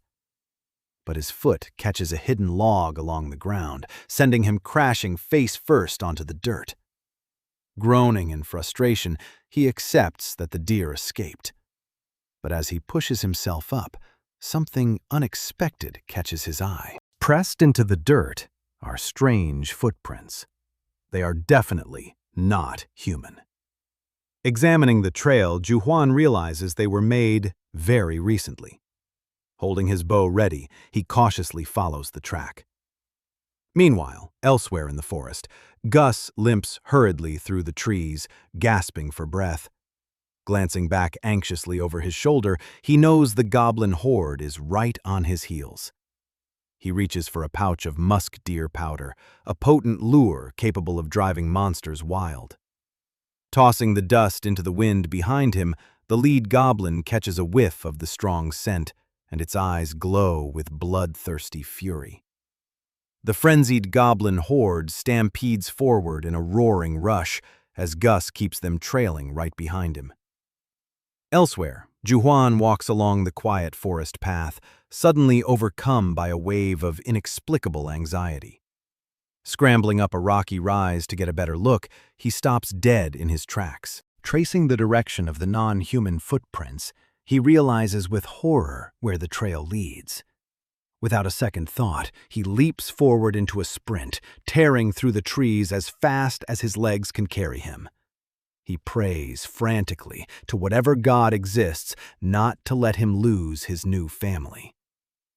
Sprinting through the forest, Juhuan desperately begs that if fate gave him a family again, It shouldn't take them away now.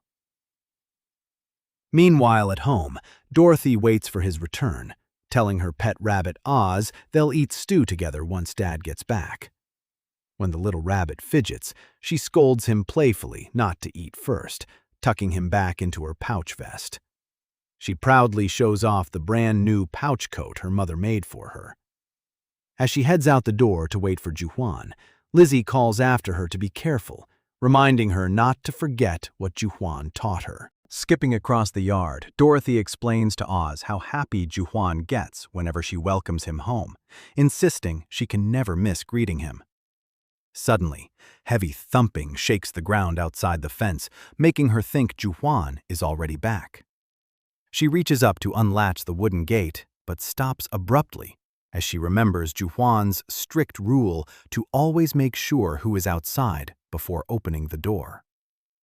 Clinging to the fence, she sheepishly insists to herself that she didn't actually forget. Peering through the wooden fence, she remembers how Juhwan always crouches down so they meet eye to eye, but a pair of glowing red eyes suddenly stares back. Terror freezes her as she realizes this isn't her father. The monster snickers menacingly behind the wooden slats. Sharp, dark claws begin reaching through the gap, creeping dangerously close to her face. Paralyzed with fear, Dorothy desperately wants to run, but her feet won't move. Tears spill down her cheeks as the beast looms over her. Hearing her terrified scream from afar, Juhwan frantically shouts her name. As he nears the fence, he spots a shadowy figure at the gate and realizes with horror that it's a goblin. Knowing Dorothy is in grave danger, he surges forward with everything he has. Screaming at the monster to back off, Juhwan leaps through the air with furious power, smashing the goblin straight into the ground. As the creature groans in pain, Juhwan rushes over to the gate, calling out to Dorothy.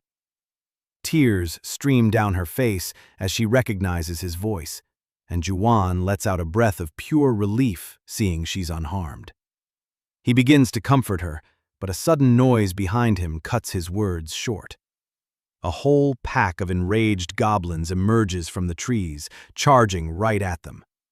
Knowing he needs total freedom to move, Juhwan drops his bow, draws his blade in one fluid motion, and steps forward to shield the gate, his face darkening with cold rage as he prepares to annihilate them all.